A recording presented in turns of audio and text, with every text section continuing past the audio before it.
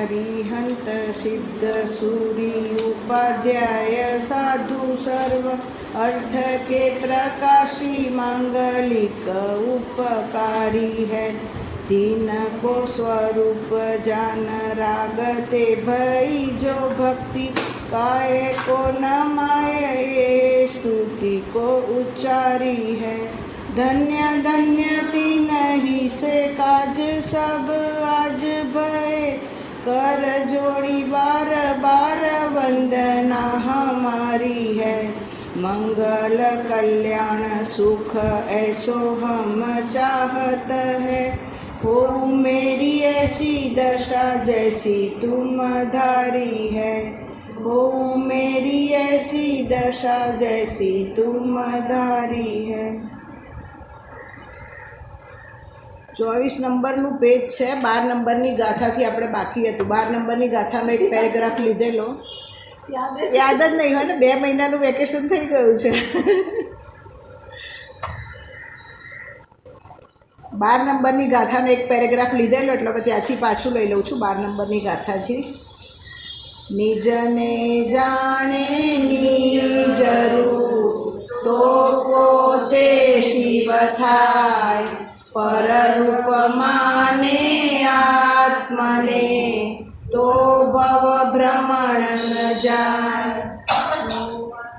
જો આત્માને આત્મા સમજશે એટલે કે ભગવાન આત્મા જ્ઞાન ને આનંદનો પિંડ પ્રભુ જ્ઞાતા દ્રષ્ટા છે, તે જ મારું સ્વરૂપ છે ને તે જ હું છું એમ આત્માને પોતાના શુદ્ધ સ્વભાવવાળો સમજશે તે નિર્વાણને પામશે।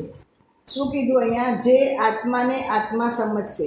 આત્માને પહેલું આત્મા કોના માટે લીધું? જે ત્રિકાળી ધ્રુવ ભગવાન આત્મા છે એના માટે, અને એને આત્મા સમજશે એટલે આ જ હું છું એવું સમજશે। એને શું થશે? તો ભગવાન આત્મા જે જ્ઞાન ને આનંદનું પિંડ છે અથવા તો જ્ઞાતા દ્રષ્ટા સ્વરૂપ છે એવું જ મારું સ્વરૂપ છે અને એ જ આત્મા હું છું એવું નક્કી કરે પર્યાયમાં, તો શું થશે? નિર્વાણની પ્રાપ્તિ થશે। જેણે આત્મા જાણ્યો તેમાં દ્રષ્ટિ માંડી ને એકાકાર થઈ તે પૂર્ણાનંદ રૂપી નિર્વાણને મુક્તિને પામશે। જેણે પોતાને આવો આત્મા જાણ્યો છે કે હું તો આવો છું, અત્યારે કેવો માન્યો છે પોતાને? તો 12માં જે સંયોગ મળ્યા છે, જે પ્રાપ્ત પર્યાય મળી છે, દેહ સ્વરૂપ પોતાને માન્યો છે, રાગાદીવાળો પોતાને માન્યો છે, અને અહીંયા કેવો કીધો પોતાને? તો આવો જ્ઞાતા દ્રષ્ટા સ્વરૂપ, જેટલા એના વિશેષણ છે બધા લખાઈ દેવાના। શુદ્ધ છે, એકરૂપ છે, જ્ઞાતા દ્રષ્ટા સ્વરૂપ છે, જેટલા બી આવે ધ્રુવ, તમને જેટલું ધ્યાનમાં આવે એ બધા, તો એવું કોનું સ્વરૂપ છે? મારું પોતાનું સ્વરૂપ છે। હવે આવો પોતાને માને, અત્યારે જે માન્યો છે એ રૂપે નહીં, અત્યારે તો કેટલા વાળો માન્યો છે? સ્ત્રીવાળો, પુત્રવાળો, પતિવાળો, ઘર પરિવારવાળો, 12માં લાડીવાળી ગાડી જે છે એ બધાવાળો, જે કશાયના ભાવો થયા એના વાળો, ક્રોધી, માની, રાગી, 8 કર્મોવાળો, એ જે માન્યો છે એનાથી વિપરીત, એટલે કે જેવું પોતાનું અસલી સ્વરૂપ છે એવો પોતાને માને તો શું થાય? નિર્વાણની પ્રાપ્તિ થાય, અને કે મુક્ત અવસ્થા પ્રગટ થાય। પર્યાયમાં મુક્ત અવસ્થા પ્રગટ થાય। ખરેખર તો મુક્ત સ્વરૂપ જ છે, સ્વભાવ તો જેવો ત્રિકાળી છે એવો ને એવો જ છે, પણ પોતે માનતો નથી એટલા માટે 12માં આવી રીતે દુઃખી થઈ રહ્યો છે નિરંતર। તેમાં દ્રષ્ટિ માંડીને એકાકાર થઈ, એકાકાર એટલે એ જ હું છું। જે પર્યાય છે અત્યારે, પર્યાય કેવી? એક સમયની પર્યાય હોય। હવે એક સમયની પર્યાયમાં જે આપણો વર્તમાન ઉપયોગ છે એમાં આપણે આવો આપણને વિપરીત માન્યો છે મિથ્યાત્વના લીધે, અને જ્યારે પોતાને કેવો માને કે હું તો ત્રિકાળી છું, જે જીવોને સમ્યક દ્રષ્ટિ જે જીવો છે તો એ પર્યાય શું બોલે છે? કે હું તો ત્રિકાળી છું, હું તો એકરૂપ છું। પોતાના આવો ક્ષણિક પર્યાયવાળો અથવા જે પ્રાપ્ત પર્યાય થઈ છે એમાં તન્મય માનતા નથી, તો એમાં એકાકાર થાય તો પૂર્ણ આનંદ સ્વરૂપ નિર્વાણ અને મુક્તિ જે છે એને પામશે। જો તું ભગવાન આત્માને અંદર જ્ઞાનાનંદ ચૈતન્ય સૂર્ય આત્મા તરીકે જાણ અને સમજ। અંદર એટલે શું લેવાનું?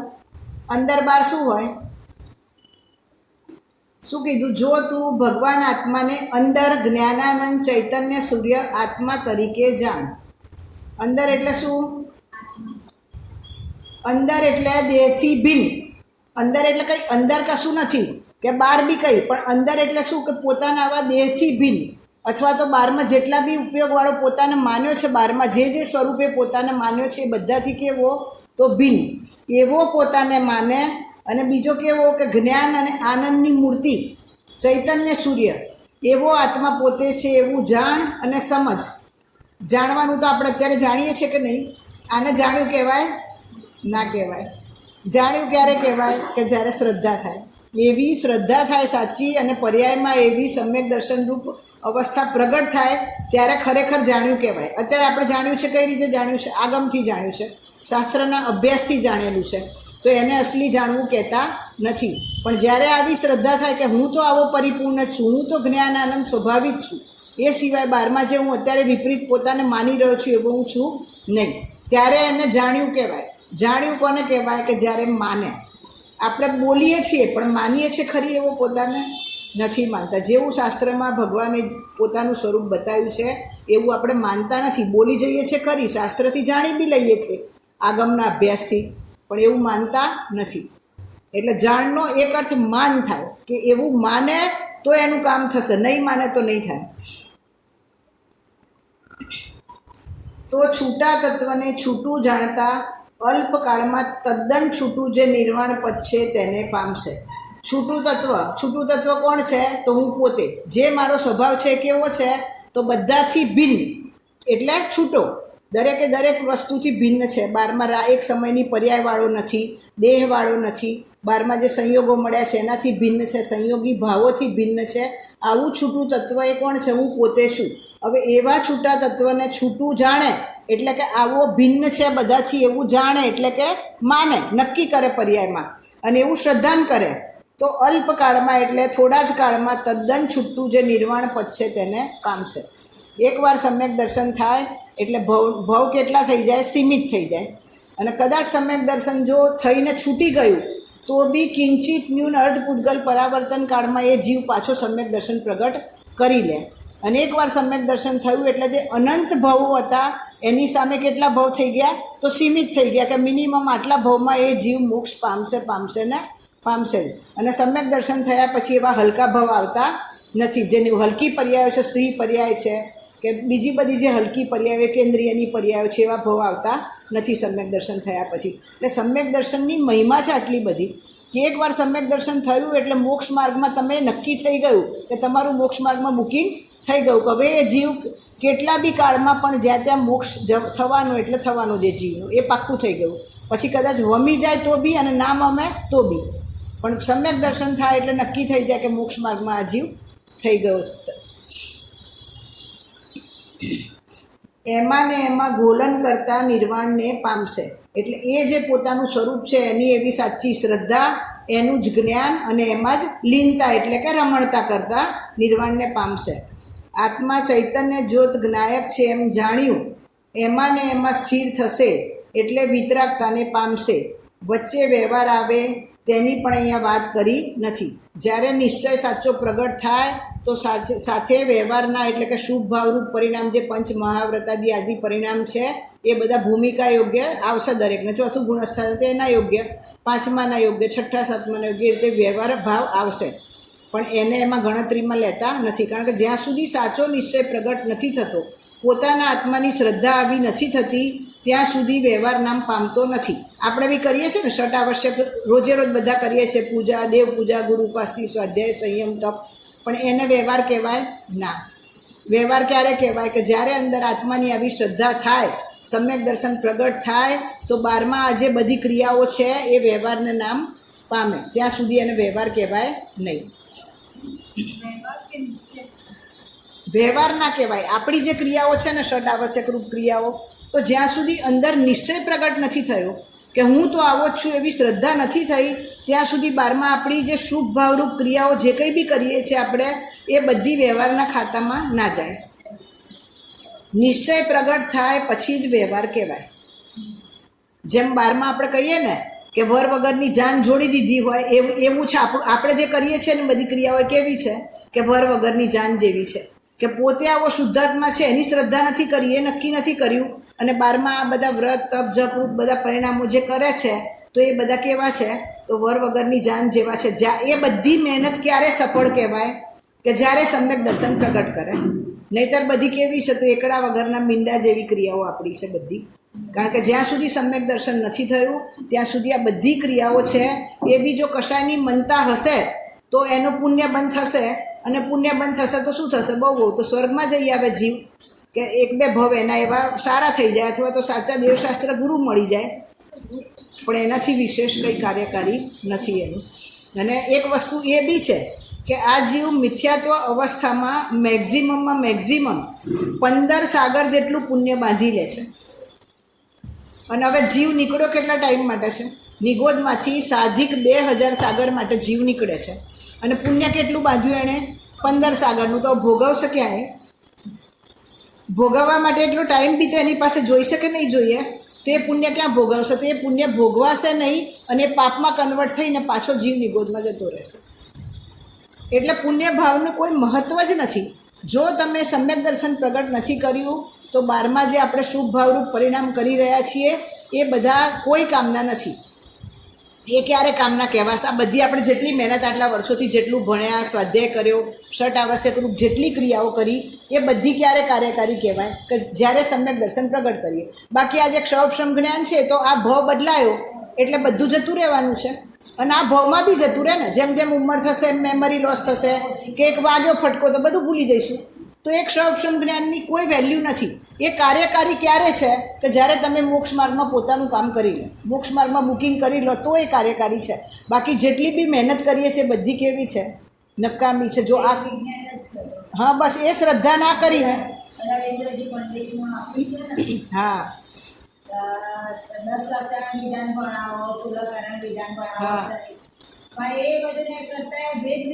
મેન એ વસ્તુ જરૂરી છે કે હવે જો જેટલું જરૂરી છે એટલું જ્ઞાન બધાને સમજમાં આવી ગયું છે. હું આ ને હું આ પર એટલું તો સમજમાં આવી ગયું છે કે આ હું આત્મા છું અને બાકી મારાથી બીજા જે ભિન્ન છે બધા કોણ છે? તે પરદ્રવ્ય છે બધા. અને આ ભાવો જે જ્ઞાન દર્શનરૂપ ભાવો છે એ જ હું છું. અને એ સિવાયના જેટલા ભાવો છે બધા કયા છે? પરભાવ છે. આટલું તો તિર્યંશને બી સમજમાં આવે છે. અને એટલામાં બી એ સમ્યક દર્શન પ્રગટ કરી લે છે એ જીવો. એમને ક્યાં 6 દ્રવ્ય અને 7 તત્વના નામ ખબર છે? નથી ને. અને તો એ કામ કરી લે છે. તો આપણને એટલી તો સમજ થઈ જ ગઈ છે. તો હવે મેન વસ્તુ એ છે કે આ જેટલો સ્વાધ્યાય કર્યો છે એનું ને એનું ગોલન અહીંયા કીધું ને કે ભેદ વિજ્ઞાન, અભ્યાસરૂપ ભેદ જ્ઞાન, એક આગમરૂપ ભેદ જ્ઞાન. હવે આગમરૂપ ભેદ જ્ઞાનમાં બધાને બધું થઈ ગયું છે. આગમ જેટલું જરૂરી છે એટલું નોલેજ મળી ગયું છે. બીજું શું છે? તો અભ્યાસરૂપ ભેદ જ્ઞાન. અને ત્રીજું શું છે? પરિણમનરૂપ ભેદ જ્ઞાન. હવે જ્યાં સુધી અભ્યાસરૂપ ભેદ જ્ઞાનમાં એ વસ્તુઓ નહીં આવે, નિરંતર પોતાની જાતને બધાથી જુદી નહીં તારવો. જે પ્રસંગ બની રહ્યા છે સવારથી સાંજ સુધીમાં એમાં નિરંતર ભેદ વિજ્ઞાન કે આમાં હું ક્યાં છું અને આ બધી કયા તત્વની ક્રિયાઓ થઈ રહી છે, આ બધું શું થઈ રહ્યું છે. એ ભેદ વિજ્ઞાન નહીં થાય તો પરિણમન નથી થવાનું. અને પરિણમન ના થયું તો જેટલી આટલા વર્ષોથી 20-25 વર્ષથી આ માર્ગમાં લાગ્યા છીએ અને જેટલી મહેનત કરી છે બધી શું થશે? નિષ્ફળ થશે. એવા સંસ્કાર ઊંડા નાખ્યા હશે તો બીજા ભાવમાં કદાચ. પણ આપણે અહીંયા આગળ એવા કાલના ભરોસે બેસી રહીએ છીએ. અહીંયા આગળ જે કામ કાલે કરવાનું તો શું કરીએ? આજે કરી લે. અને અહીંયા આગળ કે નહીં અહીંથી અમે વિદેશ ક્ષેત્રમાં જઈને કરીશું, ત્યાં આગળ સાક્ષાત સિમંદર ભગવાનની વાણી સાંભળીશું ત્યારે કરીશું, એવા આ જીવ વાયદા કરે છે. પણ વાયદાનું કામ જ નથી અહીંયા. તને ખબર છે કે મરીને તું ત્યાં વિદેશ ક્ષેત્રમાં જઈશ કે નહીં? અને વિદેશ ક્ષેત્રમાં બી બાકીના જે અનાર્ય ક્ષેત્રો છે ત્યાં તો જઈને તને જીનવાણી મળવાની બી નથી. જ્યાં સાક્ષાત સિમંદર ભગવાન બિરાજમાન છે ત્યાં જઈશ તો જીનવાણી મળશે. અને ખબર નથી કે ત્યારે તારા ભાવો કેવા હશે. એ કેટલી વાર સમોસરણમાં જઈને આવ્યો આ જીવ અને જીનવાણી સાંભળીને આવ્યો કે નથી આવ્યો? જીનવાણીએ સાંભળીને આવ્યો છે અને ઘણીવાર સાંભળ્યા વગર બીજું બધું વૈભવ સમોસરણનો જોઈને પાછો આવ્યો. તો ત્યાં જઈને બી તાવા પરિણામો એવા રહેશે કે નહીં એની ક્યાં ખબર છે? એટલે એવા વાયદાના ભરોસે બેસી રહેવાની જરૂર નથી. પણ અત્યારે ને અત્યારે આ જ પુરુષાર્થ નિરંતર અભ્યાસરૂપ ભેદ જ્ઞાન એ વસ્તુઓ અભ્યાસમાં આવવી જોઈએ. કામાંથી મોક્ષમાં પ્રકાશકમાં આવે છે ને કે હું કોણ છું, ક્યાંથી આવ્યો છું, આ મારું સ્વરૂપ જે છે એ શું થઈ રહ્યું છે, આ ભાવો જે થઈ રહ્યા છે એનું ફળ મને શું આવશે અને આ ભાવોથી હું કઈ રીતે છૂટી શકું. તો આવા પરિણામો અને નિરંતર એ વસ્તુનું ભેદ જ્ઞાન ચાલુ રહેવું જોઈએ. કારણ કે હવે કોનું કેટલું આયુષ્ય એ ખબર નથી, કાલે દેહની પરિસ્થિતિ કેવી થશે એ બી ખબર નથી. તો હવે જેટલો ટાઈમ બચ્યો છે એટલો આમાં જ લગાડવાની જરૂર છે. પુરુષાર્થ, અસલી પુરુષાર્થ એ છે. આગમરૂપ ભેદ જ્ઞાન સુધી બધા જ પહોંચી ગયા છે.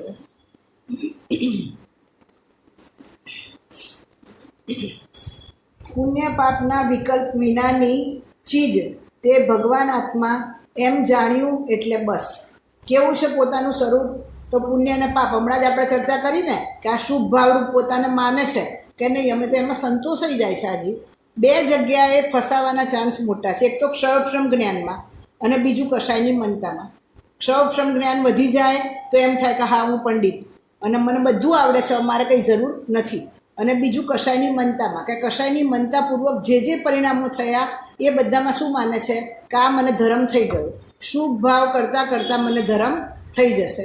અને એ બે જગ્યાએ જીવ આગળ વધે છે તો અહીંયા ફસાવાના રસ્તા છે. એટલે ત્યાંથી બચવું કે આ ખતરનાક છે આપણા માટે, આમાં આપણે કંઈ ભરાયા તો નથી ને, કે આપણને આવો ભ્રમ તો ક્યાંય અંદર નથી થઈ રહ્યો ને. એ દરેકે પોતપોતાની જાતને ચકાસી લેવું કે આપણે ક્યાં ઊભા છીએ. અને અહીંયા પુણ્ય અને પાપ બંને કયા તત્વોમાં આવશે? આશ્રવ તત્વમાં. અને ખરી રીતે તો આપણે બે ભેદ પાડ્યા છે કે આ પુણ્ય એટલે શુભ ભાવ અને પાપ અશુભ ભાવ. પણ ખરી રીતે પુણ્ય અને પાપની અસલી ડેફિનેશન શું છે કે જે સ્વરૂપથી પતિત કરે એનું નામ પાપ. હવે જે શુભ ભાવ છે એ બી સ્વરૂપથી પતિત કરે છે કે સ્વરૂપમાં લઈ જાય છે? નક્કી કરો.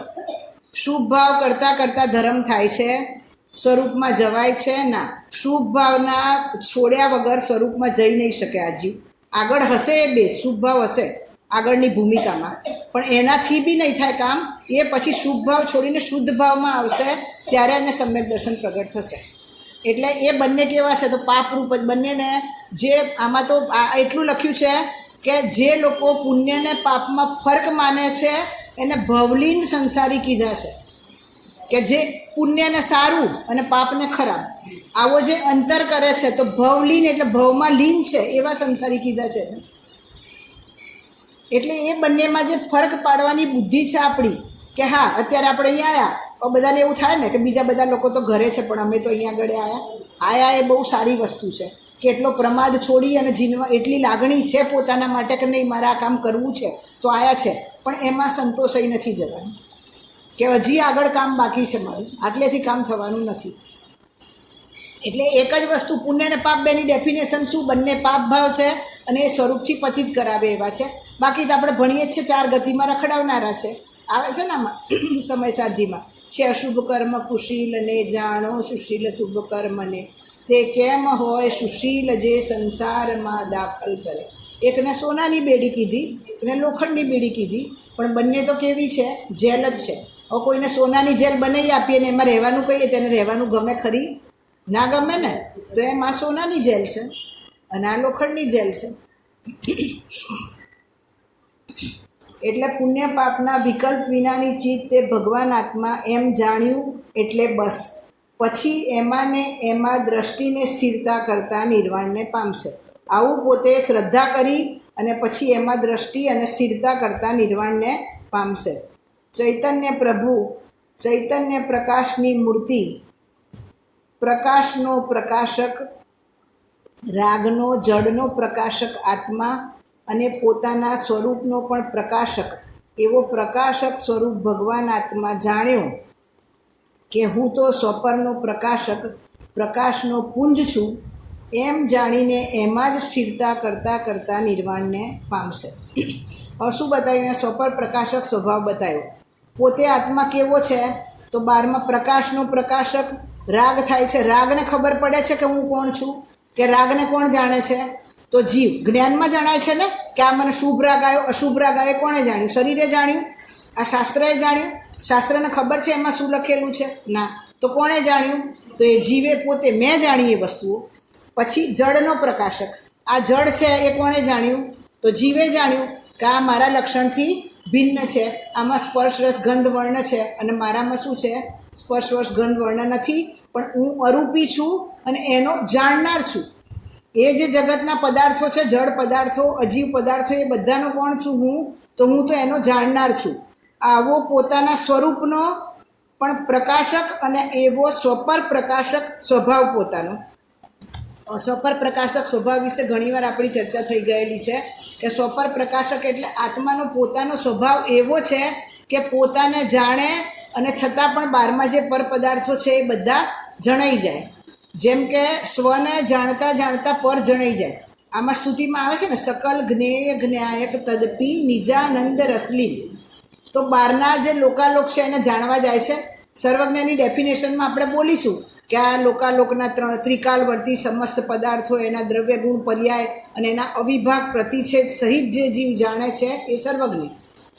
પણ ત્યારે એમને જાણવા જવું પડે છે લોકાલોકને, કે પોતાના આત્મામાં લીન રહે છે અને એવો સ્વપર પ્રકાશક સ્વભાવ છે કે સ્વને જાણતા જાણતા બારમાં પર બધું શું થાય છે, જણાઈ જાય છે. એને જાણવા માટે કોઈ મહેનત અલગથી કરવી પડતી નથી. અને એક લોકાલોક નહીં, એવા અનંત લોકાલોક હોય તો એ જ્ઞાનનો સ્વભાવ એવો બેહદ અપરિમિત સ્વભાવ છે કે જેનું કોઈ માપ જ નથી, અનલિમિટેડ એવો સ્વભાવ છે કે જેટલું બી જગતમાં પદાર્થો છે એ બધાને જાણી શકે એટલો સ્વભાવ છે. પણ કેમ એવો પરિપૂર્ણ સ્વભાવ પ્રગટ નથી થયો?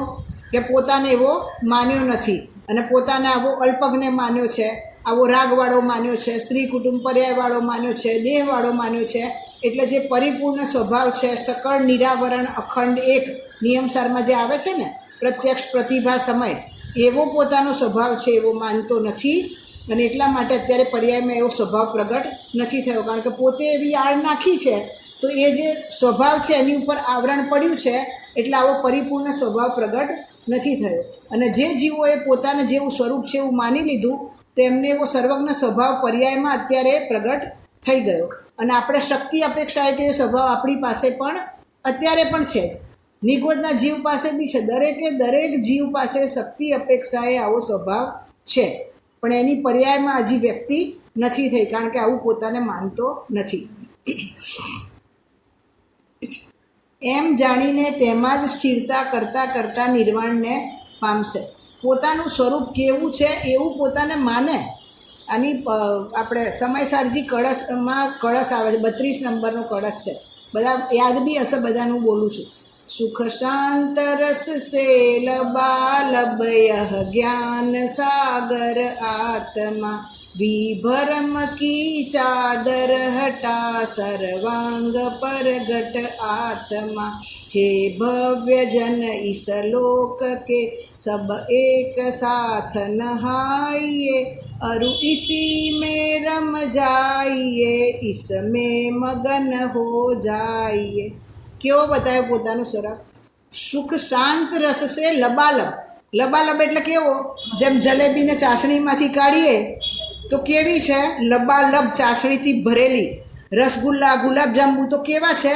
રસથી ભરેલા એકદમ. તો એવી રીતે પોતાનો સ્વભાવ કેવો કીધો? તો સુખ અને શાંત રસથી લબાલબ ભરેલો, આવો સ્વભાવ છે. એક દેવશાસ્ત્ર ગુરુ પૂજનમાં બી આવે છે કે સુખથી ભરેલો શિવ છું, એવો પોતાનો સ્વભાવ છે. અને જીવ પોતાને કેવો માને છે? નિરંતર દુઃખી દુઃખી દુઃખી માને છે. પોતાને આકુરતા, નિરંતર આકુરતા ભરતી રહી છે, કારણ કે એવો સ્વભાવ છે, એવો પોતાને માનતો નથી. અને એટલે નિરંતર પર્યાયમાં એને આકુરતા અને દુઃખ વર્તી રહ્યું છે. પણ હકીકતમાં કેવો છે? તો આવો સુખ અને શાંતિથી ભરેલો પોતાનો સ્વભાવ છે. અને થયું શું ત્યાં આગળ? વિભરમ કી ચાદર હટા. આ વિભ્રમ, જે ભ્રમ 12માં છે, ભ્રમ શું છે? કે વિષયોમાંથી સુખ આવશે મને, અને એ વિષયોને ગ્રહણ કરવા, સવારનો વિષય લઈ લો, કે એ વિષયોને ગ્રહણ કરવા માટે એ શું કરે છે? એની ઈચ્છાઓ કરે છે, અને એ ઈચ્છા પૂરી થશે ત્યારે હું સુખી થઈ જઈશ. અને એવી ઈચ્છાઓ પૂરી થતી બી નથી, એ 12મા પુણ્ય પાપના ઉદયના અધીન છે. અને ઈચ્છા પૂરી બી થઈ જાય તો પાછળ બીજી ઈચ્છા ઊભી જ છે. એટલા માટે જીવ નિરંતર શું કરે છે? આકુરતાને અને દુઃખને વેદે છે. કારણ કે જ્યાં ઈચ્છા ઉત્પન્ન થઈ ત્યાં આગળ શું છે? આકુરતા અને દુઃખ છે. એ સિવાય બીજું કંઈ જ નથી.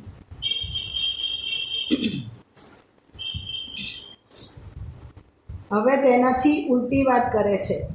પરરૂપમાને આત્મને તો ભવ ભ્રમણ ન જાય. પોતાને કેવો માને? આવો પરરૂપ માને છે. અનાદિકાળથી કેમ રખડીએ છીએ આપણે? કેટલી વાર આવા ભવ કર્યા આપણે, અને છતાં પણ હજી કેમ કામ નથી થયું? તો પોતાને કેવો માન્યો છે? તો પરરૂપ માનેલો છે, અને એટલે એનું ભવભ્રમણ ક્યારેય પણ જતું નથી. જેવો સ્વભાવ છે, આવું બધું છે ને, નિરંતર અંદર પોતાને ગોલન રહેવું જોઈએ. હું કેવો છું, મારું સ્વરૂપ કેવું છે? તો જેટલા વિશેષણો છે આમાં બી આવે છે ને. આપણે રવિન્દ્રજીની જે છે ને બધી નવી અત્યારની જે આમાં છે, આપણે લઈશું ને હમણાં ભક્તિ, એમાં છે બધી. अहो चैतन्य आनंदमय सहज जीवन हमारा है, अनादि अनंत पर निरपेक्ष ध्रुव जीवन हमारा है, हमारे में न कुछ पर का, हमारा भी नहीं पर में। तो આવી રીતે આ નિરંતર આ બધી વસ્તુઓ ગોલન અભ્યાસરૂપ ભેદ જ્ઞાન એને કહે છે કે આ બધી વસ્તુઓ અભ્યાસમાં હોવી જોઈએ કે મારું સ્વરૂપ કેવું છે। આમાં આવે છે ને એક કળશ બી છે, मैं तो शुद्ध चेतन अनंत चिन्ह मुद्राधारी प्रभुता हमारी एक रूपति हूँ काल है। केवुं स्वरूप छे मारुं? तो शुद्ध चेतन, क्यारे पण अशुद्ध नथी थयो, अने प्रभुता केवी छे? तो एक रूप, तीनो काल, कि एक रूप एटले निगोदमां जाय त्यारे बी एवी ने एवी छे, अत्यारे बी एवी ने एवी छे, અહીંથી સિદ્ધાવસ્થામાં જઈશ તો બી એવી ને એવી રહેશે મારી પ્રભુતા। એવું સ્વરૂપ મારું છે। તો પોતાના સ્વરૂપની આવી નિરંતર મહિમા, બહારમાં બી કોઈ જીવને જેવું બનવું હોય, રાજા જેવું બનવું હોય તો નિરંતર રાજાની મહિમા કરે છે, ક્રિકેટર બનવું હોય તો એની મહિમા કરે છે। તો આપણે કોના જેવું બનવું છે? આપણે તો બનવાનું તો છે જ નહીં, બન્યો બનાવ્યો ભગવાન છે, ખાલી શું કરવાનું છે? માનવાનું છે, બનાવવાનું કશું જ નથી, પોતે છે જ એવો ભગવાન સ્વરૂપ જ પોતે અંદર છે, પણ એ નથી સમજમાં આવતું, એવી શ્રદ્ધા નથી થતી। તો આવો પોતાનો મહિમા જે રીતે, જે ભક્તિથી, પૂજાની લાઈનોથી આવી રીતે નિરંતર પોતાનું સ્વરૂપ યાદ કરો કે હું કેવો છું। તો બારમાં જે આ પર પદાર્થોની બધી ધૂળ ચડી છે ને મગજમાં કે હું તો આવો, અને જે પરનું મહત્ત્વ, એટલું બધું મહત્ત્વ પરનું લાગી ગયું છે આ જીવને કે પોતાનું સ્વરૂપ એમાં એને દેખાતું નથી, પ્રગટ છે છતાં પણ નથી દેખાતું। કારણ કે એક એક પર્યાયમાં દસ્તક લે છે કે નહીં, કે જ્ઞાન સ્વભાવ રૂપે પરિણમન થવાનું ક્યારે બંધ થયું? કોઈ દિવસ નથી થયું। દરેક પર્યાયમાં જ્ઞાન સ્વભાવ એનો પ્રગટ છે, દસ્તક દે છે, ને છતાં પણ આ જીવ એને માનતો નથી અને એ તરફ દ્રષ્ટિ નથી। એટલે 12મા એ જ્ઞાનમાં જે જણાયું એ બધા મારા અને હું હેનો, અને આ સારા અને આ ખરાબ, અને ત્યાંથી આખો સંસાર શું કરે છે? ઊભો કરે છે। એટલે સુધી જવાનું જ નથી, આટલો જ પોતાનો મહિમા કે મારું તો સ્વરૂપ આવું જ છે બસ કાયમ માટે। આવી પ્રભુતા હવે આવશે ને 47 શક્તિ, કેવી 47 તો નામ આપ્યા છે, બાકી કેટલી છે? અનંત શક્તિઓ। અને આવો શક્તિઓનો ભરેલો વિચાર કરો કે જ્ઞાનીઓને કેટલી મહિમા હશે અંદર, મુનિરાજોના આ વસ્તુની કેટલી મહિમા હશે કે 12મા ઉપસર્ગના ટાઈમે શરીર ફાડી ખાતા હોય ત્યારે પણ અંદર કેટલો આનંદ આવતો હશે કે એમનું ધ્યાન પણ બહાર ખબર પડે, ઉપસર્ગ જ્ઞાન થાય, એવું નથી કે જ્ઞાન નથી થતું, પણ એના ઉપર દ્રષ્ટિ નથી, કારણ કે શરીરને પોતાનું માન્યું જ નથી। તો જેને જોઈતું હોય એ લઈ જાઓ, મારે એની જરૂર નથી, અને પોતે સ્વભાવમાં એવા લીન થઈ જાય છે। 700 મુનિરાજોને ઘાણીમાં પીલી નાખ્યા અને કેવળ જ્ઞાન પ્રગટ કરે છે। એટલે વિચાર કરો કે કેવી દશા, આવો મહિમા, કે સ્વરૂપની મહિમા કેવી છે, પોતાનો મહિમા આવી રીતે આવવો જોઈએ કે આવું કેવું સ્વરૂપ હશે અંદર કે 12 શરીર ઘાણીમાં પીલાઈ જાય છે અને એ જીવો કેવળ જ્ઞાન પ્રગટ કરી લે છે। અને આપણને જરાક કીડી ચટકો ભરે તો બી ઊંચા નીચા, પ્રવચનમાં બી શાંતિથી બેસી નથી શકતા, ગરમી લાગે તો ના બેસી શકીએ, ઠંડી લાગે તો ના બેસી શકીએ, દુખતું હોય તો ના બેસી શકીએ। કેટલી ઉપયોગની નિરંતર બરબાદી આપણી, અને એ ઉપયોગ કેવો જામ્યો છે શરીરમાં, અંદર પોતાના શરીર કે પોતાના આત્મામાં ઉપયોગ કેવો જામી ગયો છે કે બહાર આવતા જ નથી અંદરથી।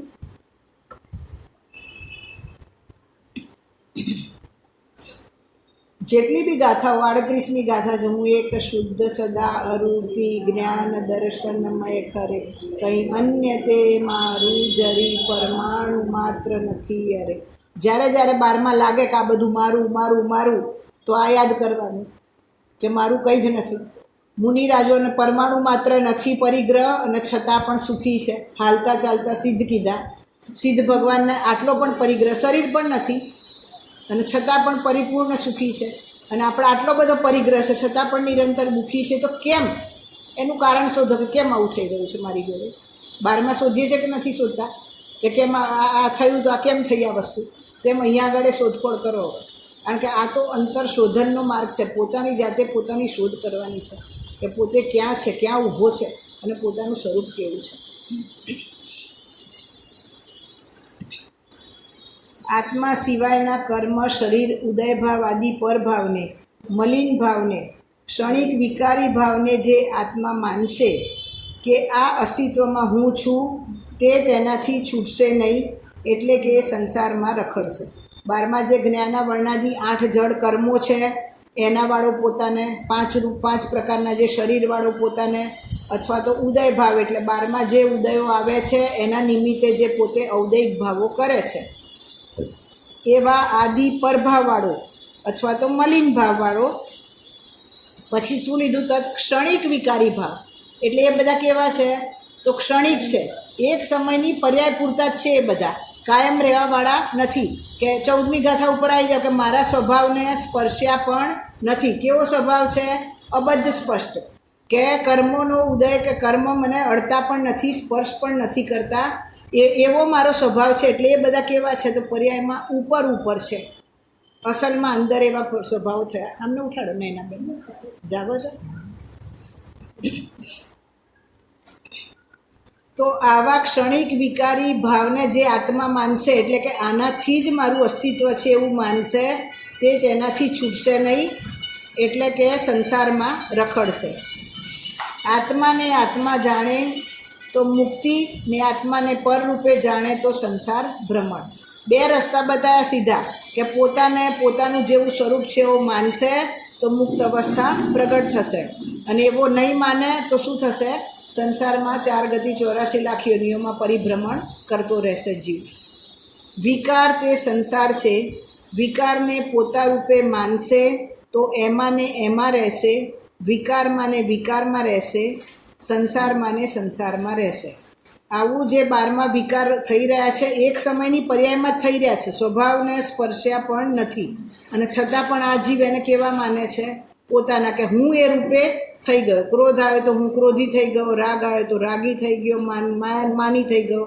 એવી રીતે પોતાને માને છે તો શું થશે? એમાં જ રહેશે. જે પર્યાયમાં કહે છે ને પ્રાપ્ત પર્યાયમાં તન્મયતા, તો જે પર્યાયમાં જાય છે ત્યાં આગળ શું માને છે પોતાને? કે હું તો આ જ છું. હવે અત્યારે અહીંયા આગળ બધા મનુષ્ય પર્યાયમાં છે, તો અત્યારની જરૂરિયાતો કેવી છે? જુદી, કે હવે મારે ગાડી જોઈશે, ઘર જોઈશે, બંગલો જોઈશે. હવે બીજી પર્યાય તિર્યંચની આવી, તો ત્યારે પછી જરૂરિયાત બદલાઈ જશે કે નહીં બદલાઈ જાય? ત્યારે એને જોઈશે ઘર, ગાડી, બંગલા, કશું જોઈશે, ત્યારે એની બીજી જરૂરિયાત હશે. પણ જે પર્યાયમાં ગયો એ જ પર્યાયમાં તન્મય થઈ જાય છે, આ જ હું અને આટલો જ હું. પણ એ પર્યાય તો એક સમય પૂરતી જ હતી, અને એક સમયની પાર, પર્યાયોની પાર. આમાં આવે છે ને ભક્તિમાં, પર્યાયો કે પાર દેખ લે આપ સ્વયં ભગવાન હૈ. પર્યાયોને પાર એટલે શું? એ પર્યાયોને ગૌણ કરીને, એક સમયની પર્યાય તો છે, એ તો દ્રવ્ય ગુણ પર્યાયનું સ્વરૂપ છે, કે દરેક દ્રવ્ય છે એના અનંત ગુણો છે, અને અનંત ગુણોની પ્રતિ સમય જે પર્યાય એટલે કે અવસ્થા થઈ રહી છે, તો એક સમયની પર્યાય તો ક્ષણિક સત છે, પણ એની પાર એટલે એ પર્યાયોને ગૌણ કરીને કે આટલા પર્યાય જેટલો હું નથી, અને એની પાછળ એટલે શું? કેટલો પર્યાય જેટલો હું નથી, પણ જે દ્રવ્ય સ્વભાવ છે એ હું છું. એવું પોતાને નક્કી કરે, આવી શ્રદ્ધા કરે તો શું થશે? મુક્તિ થશે. ને જો આવું નહીં માને અને વિકારમાં જ રહેશે તો શું થશે? સંસારમાં જ રહેશે. હવે આ જીવ જ્યારે બીજી ગતિઓમાં હોય છે ત્યારે એટલું દુઃખ હોય છે ને, ત્યારે પોતે શું ભાવના કરે છે? આમાં ભક્તિમાં આવે છે ને, નરકો મેં હમને ભાવના ભાઈ માનુષ તન કો પાને કી, वेश दिगंबर धारण करके मुक्ति वधु को पाने की। आज ये देखो क्या हालत है ममता के दीवाने की, चेतन होकर जड़ द्रव्यों से कैसा नाता जोड़ लिया। एक अनजाने राही ने शिवपुर का मार्ग छोड़ दिया, ममता की पतवार न छोड़ी आखिर को दम तोड़ दिया। જ્યારે બીજી ગતિમાં હોય ત્યારે આ જીવ એવી ભાવના ભાવે છે કે એક વાર હું મનુષ્ય પર્યાયમાં જઈશ તો હું મારું કામ કરી લઈશ, કારણ કે જે છે મનુષ્ય પર્યાયમાં જ છે. દેવ પર્યાયમાં બી સમ્યક દર્શન ચારે ગતિમાં પ્રગટ કરી શકે છે, પણ ત્યાં સંયમ નથી, એટલે ત્યાં બીજી કોઈ ગતિમાં પરિપૂર્ણ કામ મોક્ષ દશા પ્રગટ કરવા માટે બીજી કોઈ ગતિ અનુકૂળ નથી. પણ મનુષ્ય પર્યાયની ભાવના જીવ ત્યારે આટલી ભાવે છે, અને જ્યારે અહીંયા આવે ત્યારે શું થાય છે? ભૂલી જાય છે બધી વસ્તુઓ, એને યાદ જ નથી રહેતું. પણ ગુરુદેવ શ્રી કહે છે ને કે તું નાનો હતો તારે તારી મમ્મીએ તારું બધું ધોયું, તું સંડાસ પેશાબ સાફ કર્યો, તને નવડાયો ખવડાયો, મોટો કર્યો, ચાલતા શીખવાડ્યું, બધું તને યાદ નથી એટલે નહોતું કે હતું હતું. તો એમ અત્યારે તને યાદ નથી, પણ શ્રી ગુરુ તો કહે છે ને કે આવી રીતે તું ચારે ગતિમાં રખડ્યો છે અને ત્યાં મામા માસીબાના ઘર નહોતા કે ત્યાં આગળ કોઈ તારી સાર સંભાળ કરે, અને એટલો હેરાન થઈને આવ્યો ને ત્યાં તે આવી ભાવના ભાઈ. અને અહીંયા આવીને શું કર્યું? અહીંયા આગળ કરને કો ક્યાં આએ થે, કરન લગે ક્યાં કાજ, ધોના થા નિજ આત્મા, ધોવન લગે ચામ. શું કરવાનું હતું અહીંયા આવીને? પોતાનો આત્માને ધોવાનો હતો. આ મોહ રાગ દ્વેષના વિકારી ભાવો જે છે એને ધોવાના હતા, એના બદલે શું કરવા માંડ્યો? ધોવન લગે ચામ, ચામડાને ધોવા માંડ્યો. અને એમાં બધો ટાઈમ પૂરો કરી દીધો. હા હા, ભલે તમે શૃંગાર મૂકી દો, પણ એની સાર સંભાળ તો રહે છે કે નહીં? કે એને નવડાવો, ધોવડાવો, સારું સારું ખવડાવો, સારા કપડાં પહેરાવો, બીમાર ના થઈ જાય એના માટે ધ્યાન રાખો, બીમાર થયા તો એની દવા કરો. નિરંતર ટાઈમ શેમાં જાય છે? ટાઈમ નહીં, સૌથી મોટી ઉપયોગની બરબાદી. કારણ કે આપણા માટે સાધન શું છે? ઉપયોગ. એક સમયની જે પર્યાય છે એ ઉઠ્યા નહીં, ઊંઘમાં એ ચાલુ હોય છે નિરંતર. આંતરો કર્મ કેમ બંધાય છે નિરંતર? કારણ કે આંતરો પડ્યા આગળ જે દેહ બુદ્ધિ છે દેહમાં એ તો નિરંતર ચાલુ જ છે. તો અહીંથી વિગ્રહ ગતિમાં જાય છે ત્યારે બી તો 3 શરીર જોડે લઈને જ જાય છે ને. તો ત્યાં આગળ બી એ ચાલુ જ છે દેહ બુદ્ધિ એની, પણ પછી જે દેહ મળશે એમાં દેહ બુદ્ધિ કરશે અહીંથી છૂટી તો. પણ જ્યાં ત્યાં તો એ જે એનું જે ભ્રમ છે એ તો ચારે ગતિમાં એનો ચાલુ જ રહે છે. પણ એની જરૂરિયાત જે રિક્વાયરમેન્ટ છે એ બધી ગતિમાં અલગ અલગ છે. પણ ભ્રમ તો ચાલુ જ છે. દેવ ગતિમાં જશે તો બધું મળી ગયું છે, પણ ત્યાં બી ભ્રમ તો છે જ એનો કે વિષયોમાંથી સુખ આવે છે અને એટલા માટે વિષયોને ભોગવવાની ઈચ્છા, અને એ ઈચ્છા પૂરી થશે તો હું સુખી. તો ત્યાં બી એ જ કામ કરી રહ્યો છે જીવ, અહીંયા પણ એ જ કરી રહ્યો છે. તિર્યંચ અવસ્થામાં બી એ જ કરી રહ્યો છે. પણ અહીંયા આગળ ફેર એટલો છે કે આ જીવને મન મળ્યું છે, અને એટલે પોતાના હિત અહિતની બુદ્ધિ છે, એટલે એ પોતે નક્કી કરી શકે છે. વિચારમાં એ નક્કી કરી શકે છે આ વસ્તુઓ કે મારા હિતનું શું છે અને મારું અહિત ક્યાં છે. અને આવી સાચી જીનવાણી મળી છે તો આ વાતને અભ્યાસ કરીને ભેદ જ્ઞાન કરી શકે છે. એ મોટામાં મોટો ફાયદો અહીંનો છે. વિકારને, શરીરને ને કર્મને જે તારા સ્વરૂપમાં નથી તેના અસ્તિત્વમાં જો તારું અસ્તિત્વ માન્યું તો બસ એ છૂટશે નહીં, અને છૂટશે નહીં એનું નામ જ સંસાર છે.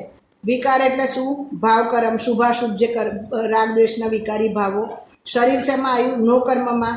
અને 8 કર્મો છે જે જ્ઞાનાવરણાદિ, એ દ્રવ્ય કર્મ. એટલે દ્રવ્ય કર્મ, ભાવ કર્મ અને નો કર્મ રહિત જે પોતાનું સ્વરૂપ છે એને નથી માનતો, અને એના અસ્તિત્વમાં જ, એટલે એ દ્રવ્ય કર્મ, ભાવ કર્મ, નો કર્મ રૂપ જ પોતાને માને છે, તો એ કોઈ દિવસ છૂટશે નહીં. અને નહીં છૂટે એનું નામ જ શું છે? સંસાર છે. તો ખરી રીતે સંસારની ડેફિનેશન શું છે? નિજ આત્મામાંથી સંસરણ, એનું નામ સંસાર. એટલે પોતાના આત્માને વિસ્મરણ કરવું, ભૂલી જવું, એનું નામ સંસાર છે. અને આપણે સંસાર ક્યાં માનીએ છીએ? એ 12માં સ્ત્રી, કુટુંબ, પરિવાર, ઘર બધું મળ્યું છે એ બધું શું છે? સંસાર છે. એ તો બધું પ્રત્યક્ષ જુદું દેખાય છે કે નથી દેખાતું? અહીંયા ઘર જોડે લઈને આવ્યા? ના. સ્ત્રી, કુટુંબ, પરિવાર જોડે આવ્યો? ના. પણ એના સંબંધી જે રાગ અને વિકલ્પો આ જીવ કરે છે, મિથ્યાત્વ, કે મારા અને હું હેનો, એ જે મિથ્યાત્વ છે એ નિરંતર હર પડે ચાલુ રહે છે. અને સૌથી મોટું પાપ જ એનું લાગે છે જીવને, મિથ્યાત્વનું. ભ્રમ એટલે મિથ્યાત્વ. એટલે અહીંયા આગળ મુક્તિ અને સંસાર બંને વાત એક જ ગાથામાં સમાઈ દીધી. 2 મહિનાનું વેકેશન મળ્યું, બધાને વેકેશનમાં શું કરે? જોવાલાયક જગ્યાએ જાય, જોવાલાયક સ્થળે. જોવાલાયક સ્થળે જાય ત્યારે એવું યાદ આવે છે કે જોવાલાયક શુદ્ધાત્મા છે પોતાનું. એ યાદ આવવું જોઈએ કે જોવાલાયક તો જગતમાં એક જ વસ્તુ છે કે આ પોતાનો શુદ્ધાત્મા. એ સિવાય 12માં ક્યાં છે? શું છે? બધું જળ પૂતગલ છે ચારે બાજુ. જ્યાં જુઓ ત્યાં શું છે? અહીંયા જાઓ, ચાહે ફોરેનમાં જતા રહો, ચાહે સ્વર્ગમાં જતા રહો, ક્યાંય બી જતા રહો, શું છે? 6 દ્રવ્ય છે જે છે એ સ્વરૂપ. અહીંયા જે 6 દ્રવ્ય છે એ ત્યાં છે, અને 12માં જ્યાં જોવા જશો ત્યાં બધે શું છે? અજીવ તત્વ છે. હું જીવ અને બાકી બધું અજીવ. તો 12માં જોવાલાયક સ્થળ કઈ છે? જોવાલાયક સ્થળ આ છે પોતે, શુદ્ધાત્મા પોતાનું. એ જોવાલાયક સ્થળ છે, અને એને જોઈ લીધો તો બેડો પાર થઈ જશે પોતાનો. ચલો. પરમાત્મા વિમુક્તાથી બંધ અને પરમાત્મા સન્મુક્તાથી મોક્ષ. 5મા નંબરનું પ્રવચન છે. શ્રી યોગિંદુ દેવ એક દિગંબર સંત થયા છે. યોગિંદુ દેવ શું કીધું? દિગંબર સંત. દિગંબર સંત એટલે કેવા? હાલતા ચાલતા સિદ્ધ ભગવાન. એમના જે વિશેષણો છે ને, આમાં આપણે સિદ્ધાંત પ્રવેશિકામાં પહેલાં બધી ગાથાઓ ભણેલા આપણે, યાદ છે? નિરગ્રંથ છે, નિર્મોહ છે, વ્યાપારથી પ્રવિમુક્ત છે, ચૌવિધ આરાધન વિશે નિત્યાનુરક્ત શ્રી સાધુ છે. સાધુનું સ્વરૂપ કેવું છે? તો નિર્ગ્રંથ છે, બહારમાં વસ્ત્રનો ટુકડો નથી અને અંદરમાં નિર્ગ્રંથતા એટલે મિથ્યાત્વની ગાંઠ નથી, ગ્રંથિ નથી, એવું પોતાનું સ્વરૂપ છે. નિર્મોહ છે, વ્યાપારથી પ્રવિમુક્ત એટલે બહારમાં જે આ વિષય કશાયના વ્યાપાર છે, 5 ઇન્દ્રિયના વ્યાપાર છે, એનાથી પ્રવિમુક્ત, એનાથી મુક્ત છે. અને એક જ વ્યાપાર, કયો વ્યાપાર છે? પોતાનો અંદર જે શુદ્ધ સ્વરૂપમાં લીનતા કરવી, એ એક જ વ્યાપાર છે. 6ઠા 7મા ગુણસ્થાનમાં જે ઝૂલે છે, પછી આવે છે ને, જ્ઞાન ધ્યાન સિવા નહીં દૂજા કોઈ કાજ હે. શું કામ છે એમનું? તો એક જ કામ છે, જ્ઞાન અને ધ્યાન. આવા કામો કરે છે. અને આમાં આપણે પહેલાં વિતરા વિજ્ઞાનના જે ભાગ હતા એમાં આવતું હતું એમના વક્તૃત્વ અને પરિચય, એમાં આવતું હતું લોકેશનાથી દૂર રહેનાર. લોકેશના સૌથી વધારે ટાઈમમાં જીવનો એમાં કે બહારમાં હું કંઈક બીજાનાથી મોટો દેખાવું. લોકેશના કે લોકો મને મોટો માને, એનાથી કેવા છે આ મુનિરાજ? દૂર છે, વિરક્ત છે. જંગલમાં ગાથાઓ તાડપત્ર ઉપર લખીને જતા રહે છે. કોઈને મળશે કે નહીં, કોઈ એને છાપશે કે નહીં, એનું શાસ્ત્ર બનશે કે નહીં, કોઈ જાતના વિકલ્પ છે નથી. કેટલી બધી વિરક્તિ બારમાં. અને આપણે 2 લાઈને જો લખી હોય જાતે તો 100 જણને બતાવીએ કે જો મેં 2 લાઈન લખી છે, મેં આ લખ્યું છે. એની મહિમા, પણ મહિમા તારો મહિમાવાન સ્વભાવની આગળ એ વસ્તુઓ અંદર તારો કેવો મહિમાવાન સ્વભાવ છે એની સામે આ 12માં તું જે કરી રહ્યો છે એ બધી તારી ક્રિયાઓ જ નથી. એ વચનાદિક લિખનાદિક ક્રિયા પૂતગલની ક્રિયા છે, બધી જીવની ક્રિયા જ નથી. અને એ પૂતગલની ક્રિયામાં શું માને છે? પોતાપણું માને છે. તો જેમ ભેંસનો પતિ કોણ? પાડો. એમ જળનો પતિ કોણ? જળ. તો તું અહીંયા આગળ જ પરિણામ કેવા કરે છે? જળ થવા જેવા પરિણામ અહીંયા જ કરે છે. અને બેનશ્રી કહે છે કે પરિણામોનું ફળ ના મળે તો 14 બ્રહ્માંડને શૂન્ય થવું પડે. તો જેવા ભાવ, જે જીવ જ્યાં જઈ રહ્યો છે ને, તો એ એમને નથી ગયો એ જગ્યાઓમાં, એવા પરિણામ એણે કર્યા છે પૂર્વમાં, ત્યારે એ જીવ એવો થયો છે. એટલે 12માં કોઈ બી વસ્તુનું વિસ્મય, આશ્ચર્યતા ના લાગવી જોઈએ પોતાના સ્વભાવની સામે. મહિમાકારી સ્વભાવ પોતે જ છે. એ સિવાય 12માં જે ફોરેનમાં બધા જાઓ છો ને ફરવા માટે, તો ત્યાં આગળ એ મહિમા લાગે છે ને, બધું જાત જાતનું જે ખબર નથી મને તો શું હશે, જે બી હોય, પણ એમાં મહિમા આવે છે કે નહીં? એ ભાઈ અમે તો અહીંયા ટ્રીપ કરી આવ્યા, ત્યાં આગળ આવું હતું. તો એની જે મહિમા આવે છે ને, તો તું એ રૂપ પરિણામો કરી રહ્યો છે તારા, અને એ જગ્યાએ જવાના ભાવો કરી રહ્યો છે. એટલે જગતમાં કોઈ મહિમાવંત પદાર્થ પોતાના સ્વભાવ સિવાય કોઈ પદાર્થ જાણે અજાણે એને ખબર નથી પડતી કે ક્યાં જવાના ભાવ કરી રહ્યો છે. નિરંતર પેલા વોટર પાર્કમાં ગરમી લાગે તો ત્યાં જઈને પડી રહે ને, તો એ ક્યાં જવાના ભાવ કરી રહ્યો છે? તિર્યંચમાં. જલકાયના છે ને પશુઓ, જીવો, જે માછલી છે, મગરમચ્છ છે, એવા જીવો એ બનવાના ભાવ તું કરી રહ્યો ત્યાં જઈને. 12માં નેચરલ જે પ્રાકૃતિક સૌંદર્ય ગમે છે, બહુ સરસ ફૂલ ફળ બધાના કેવા કેવા કલર છે, એમાં મોઈ જાય છે. તો એ પર્યાયોમાં જવાના તું ભાવ કરી રહ્યો છે નિરંતર. એટલે આ બધું વિચારવું જોઈએ કે એ વસ્તુની મહિમા જતા બી રહ્યા આવીએ તો ત્યાં આ યાદ આવે ને, તો એવા પાપથી તો બચી જાઓ તમે કે આની મહિમા આવવી ના જોઈએ. અને પોતે તો આવો અનંતવાળા ગતિઓમાં જઈને આવ્યો કે નથી આવ્યો, ભૂલી ગયો છે, પણ કેટલી વાર જઈને આવ્યો છે આવા ભાવો કરી કરીને, ત્યાં આગળ અનંતવાર જઈને આવ્યો છે. અને હજી પણ એની જ મહિમા કરે છે પાછો. તો એ જ ગતિમાં જવાની તૈયારી કરી રહ્યો છે જીવ, અને જેવા ભાવો કરશે એ પ્રમાણે પહોંચવાનો છે એ જગ્યાએ.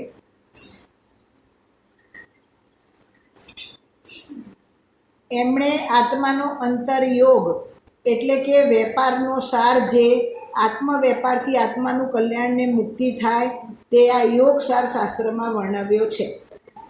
2 રીતે અહીંયા આગળ વાત કરી કે પહેલાં તો યોગ કોને કહેવાય? તો નિજ શુદ્ધ આત્મ સ્વરૂપમાં જોડાણ કરવું, એનું નામ શું છે? યોગ છે. અને એનો સાર શું છે? તો એમાં નિર્વિકલ્પ શ્રદ્ધા, જ્ઞાન અને લીનતા, એ એનો સાર છે. યોગ સારનો અર્થ જ આજે પહેલી ગાથામાં આગળ આવી ગયેલો. જો ખોલો પહેલી ગાથા. પહેલું જ પેજ અમે તને પરમાત્માપણે દેખીએ છીએ એમાં છે જો યોગસાર એટલે નિજ શુદ્ધ આત્મ સ્વરૂપમાં યોગ નામ જોડાણ કરીને, સાર એટલે તેની નિર્વિકલ્પ શ્રદ્ધા જ્ઞાન અને રમણતા કરવી, તેનું નામ યોગસાર છે. પહેલું પેજ મળ્યું, પહેલું પેજ શાસ્ત્રનું. હા જો સૌથી આગળ એમાં ત્રીજી લાઈન એમાં પહેલા પેજમાં આ યોગસાર એટલે નિજ શુદ્ધ આત્મ સ્વરૂપમાં યોગ નામ જોડાણ કરીને, સાર એટલે તેની નિર્વિકલ્પ શ્રદ્ધા જ્ઞાન અને રમણતા કરવી, તેનું નામ યોગસાર છે. આવા બધી વસ્તુઓ છે ને યાદ રહી જવી જોઈએ મગજમાં. આ તમારા નવા જનરેશનને તો બધાને રહેવી જોઈએ યાદ, ઉંમરવાળાઓને યાદ ના રહે તેમના માટે કન્સેશન છે, પણ આવું યાદ રહી જવું જોઈએ કે ખરેખર યોગસાર એટલે શું. અને મુનિરાજો અહીંયા આગળ એ કામ કરી રહ્યા છે કે પોતાના આત્મામાં આવી રીતે જોડાણ કરી રહેલા છે અને એના દ્વારા પોતાની નિર્વિકલ્પ શ્રદ્ધા જ્ઞાન અને લીનતા પ્રગટ કરી રહ્યા છે મુનિરાજો પોતાને એવી. કારણ કે જે જગ્યાએ જે એવું થવું છે મુનિ દશા વગર તો મોક્ષ છે નહીં, અને એવું સ્વરૂપ આપણે થવું છે તો એની મહિમા બી તો આવી જોઈએ કે નહીં આપણને એ સ્વરૂપની, કે કેવું સ્વરૂપ છે.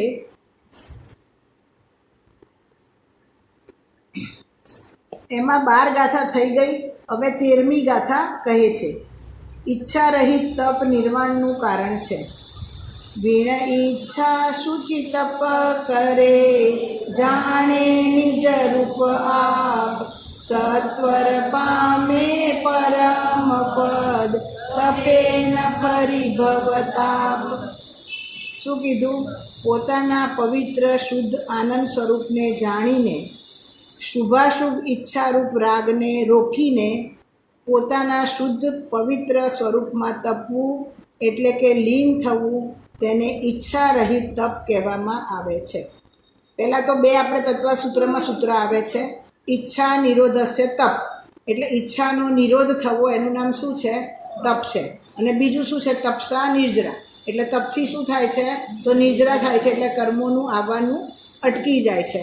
હવે અહીંયા પહેલાં તો આપણે એ નક્કી કરી લીધું કે ઈચ્છા કેમ થાય છે જીવને, તો પોતાનું જેવું પરિપૂર્ણ શુદ્ધ સ્વરૂપ છે એવી ખબર નથી, અને એટલે પર પદાર્થમાં મોહી ગયો છે, અને એટલે 12માં જે 5 ઇન્દ્રિયના વિષય કશાય છે એમાંથી સુખ આવશે એવી ભ્રમ બુદ્ધિ છે. અને એવી ભ્રમ બુદ્ધિના લીધે એ વિષય કશાયમાં એને એ પ્રમાણે પ્રવર્તવાનું મન થાય છે, અને મન થાય છે એટલે શું થાય છે? એ ઈચ્છા છે. અને એ ઈચ્છાની પૂર્તિ કરીને હું શું થઈશ? સુખી થઈ જઈશ. એટલે 12 કયા કામમાં લાગે છે? ઈચ્છાની પૂર્તિ કરવાના, અને એ કામમાં લાગે છે, અને એમાંથી સુખ આવતું નથી કારણ કે સુખ છે જ નહીં. અને બીજું કે એક ઈચ્છાની તૃપ્તિ થાય છે તો પાછળ બીજી ઈચ્છા ઊભી રહી જાય છે, એટલે એનો ક્યારેય પણ અંત આવતો નથી, અને એટલે જીવ નિરંતર શું રહે છે? દુઃખી જ રહે છે. હવે અહીંયા શું કીધું કે પોતાના પવિત્ર શુદ્ધ આનંદ સ્વરૂપને જાણીને, કે પોતાનું આવું શુદ્ધ આનંદ સ્વરૂપ છે, અને શુભાશુભ ઈચ્છારૂપ રાગને રોકીને. હવે અહીંયા રોકીનેનો અર્થ શું છે?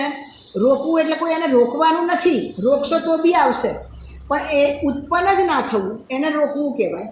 કે જ્યારે આવું પોતાનું સ્વરૂપ જાણે છે કે પોતે સ્વભાવથી આવો પરિપૂર્ણ છે. હવે ઈચ્છા ક્યારે ઉત્પન્ન થાય? કે જ્યારે કોઈ પણ વસ્તુમાં ઓછપ લાગે, ઉણપ લાગે કે અધુરાશ લાગે તો શું થાય? ઈચ્છા ઉત્પન્ન થાય. હવે જ્યારે ખબર પડી કે પોતાનો સ્વભાવ આવો પરિપૂર્ણ સુખથી ભરેલો છે, શાંતિથી ભરેલો છે, તો પછી એને ઈચ્છા થશે નહીં થાય. અને એ ઈચ્છાને જે રોકાવવું એટલે કે ઉત્પન્ન ના થવી. તો આવું પોતાનું સ્વરૂપ જાણે તો એ શુભાશુભ ઈચ્છાનો જે રાગ છે એ શું થશે? ઉત્પન્ન જ નહીં થાય. અને પોતાના શુદ્ધ પવિત્ર સ્વરૂપમાં તપવું એટલે કે લીન થવું, તેને ઈચ્છા રહિત તપ કહેવામાં આવે છે.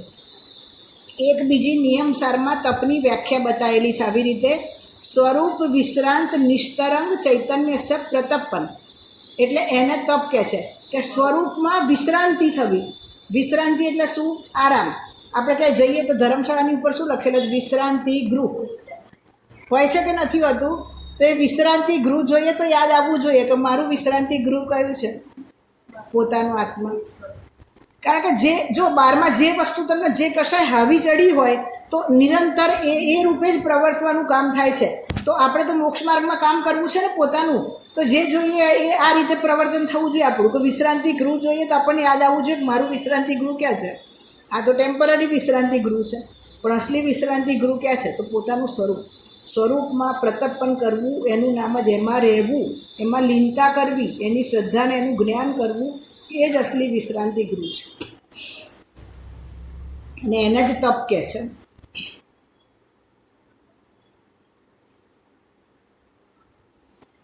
પુણ્ય પાપના રાગ રહિત શુદ્ધ આત્મ સ્વભાવનું જ્ઞાન કરીને, એટલે કે પુણ્ય પાપના ભાવને રોકીને સ્વરૂપમાં લીન થાય, તેને તપ કહેવામાં આવે છે. અને એ તપથી મુક્તિ થાય છે. તપસરા નિજરા, એટલે એ તપથી મુક્તિ થાય છે, નિજરા થાય છે, એટલે કર્મોનું આવવું અટકી જાય છે. તો હવે પુણ્ય પાપના રાગ રહિત, પોતે કેવો છે, સ્વરૂપ કેવું છે? તો આવા પુણ્ય પાપના ભાવોનો, મલિન ભાવોનો એમાં પ્રવેશ જ નથી. હું તો આવો શુદ્ધ જ છું. તેવું પુણ્ય પાપના રાગથી રહિત પોતાનું સ્વરૂપ છે, એનું જ્ઞાન કરે, એની શ્રદ્ધા કરે, તો 12મા પુણ્ય પાપના ભાવો આવતા રોકાઈ જશે. અને રોકાઈ જશે એટલે સ્વરૂપમાં લીન થશે. એને શું કહે છે? સાચું તપ એને કહે છે. કે આવી રીતે પોતે સ્વરૂપમાં લીન થાય એને તપ કહે છે. અને હવે આપણે નક્કી કરો કે આપણે તપના નામે શું વિચારીએ છીએ? કે 12મા જે તપ બતાવ્યા છે ને, એકાસન, ઉપવાસ, અવમોદર્ય, વ્રત પરિસંખ્યાન, રસ પરિત્યાગ, કાય કલેશ, એ બધા જે તપ બતાવ્યા છે, તો આપણે તપને ક્યાં માન્યા છે? 12મા તપ માન્યા છે. હવે અસલી તપ કયા છે? તો અસલી તપ અહીંયા આગળ શું બતાવ્યું? કે સ્વરૂપમાં વિશ્રાંત કરવું, પોતાના સ્વરૂપમાં નિષ્તરંગ, એટલે આવા વિકલ્પ વગરનું નિર્વિકલ્પ પોતાનું સ્વરૂપ છે, રાગ દ્વેષથી રહિત પોતાનું સ્વરૂપ છે, એની અંદર લીન થવું, એનું નામ અસલી તપ છે. અને 12મા જે આપણે વ્રત ઉપવાસ કરીએ, એમાં બી ઉપવાસ એટલે શું? ઉપનો અર્થ સમીપ, અને ઉપનો અર્થ આત્મા, અને વાસ એટલે સમીપ. પોતાના આત્માની સમીપ રહેવું, એનું નામ ઉપવાસ. હવે આપણે જે ઉપવાસના નામે શું કરી રહ્યા છે? કદાચ એમાં મંદ કષાયરૂપ શુભ ભાવ હોય, અને આખો દિવસ આવી રીતે સ્વાધ્યાયમાં, વ્રત, એમાં પૂજામાં જે ભાવોમાં લગાડે, તો એને થોડું પુણ્ય બંધ થાય. બાકી તો પાપનો બંધ જ નિરંતર થાય. અને એમાં બી 12મા બી વ્યવહારથી બી ઉપવાસનું સ્વરૂપ શું છે? વિષય, કષાય અને આહાર, ત્રણેયનો ત્યાગ. હવે આપણે ખાલી આપણી દ્રષ્ટિ ક્યાં છે? આહારનો ત્યાગ કરવા ઉપર, અને વિષય કષાય તો ચાલુ જ છે. તો એ જે વ્યવહારરૂપ તપ આપણે જેને માનીએ છીએ 12નો ઉપવાસ, જે એવો ઉપવાસ બી આપણો સાચો થાય છે કે નહીં એ વિચારી જવું. જો આમાં ઊંધી રીતે નહીં લેવું કે કરવાની ના નથી, પણ અસલી એનું સ્વરૂપ શું છે એ જાણો, અને પોતે શું કરી રહ્યા છીએ આપણે એ વિચારો. કે 12મા આવી રીતે વ્રત તપ કરીને બી આપણો ઉપયોગ ક્યાં જઈ રહેલો છે એ પાકવું. અને અસલી તપ તો એને કીધું કે જે સ્વરૂપમાં આવી રીતે વિશ્રાંત થાય, એમાં ઠરી જાય, એને તપ કીધેલું છે. સ્વરૂપે ચરણમ ઇતિ ચારિત્ર, ચારિત્ર એટલે લીનતા. તો ક્યાં લીનતા કરવાની? સ્વરૂપે ચરણમ, એટલે સ્વરૂપમાં ચરવું, રમવું, લીન થવું, એનું નામ ચારિત્ર છે.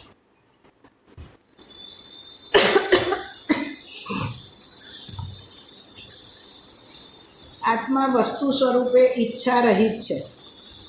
સ્વરૂપ કેવું છે? ઈચ્છા રહિત છે. કારણ કે પરિપૂર્ણ છે પોતે, તો કોઈ પ્રકારની ઈચ્છા થતી જ નથી.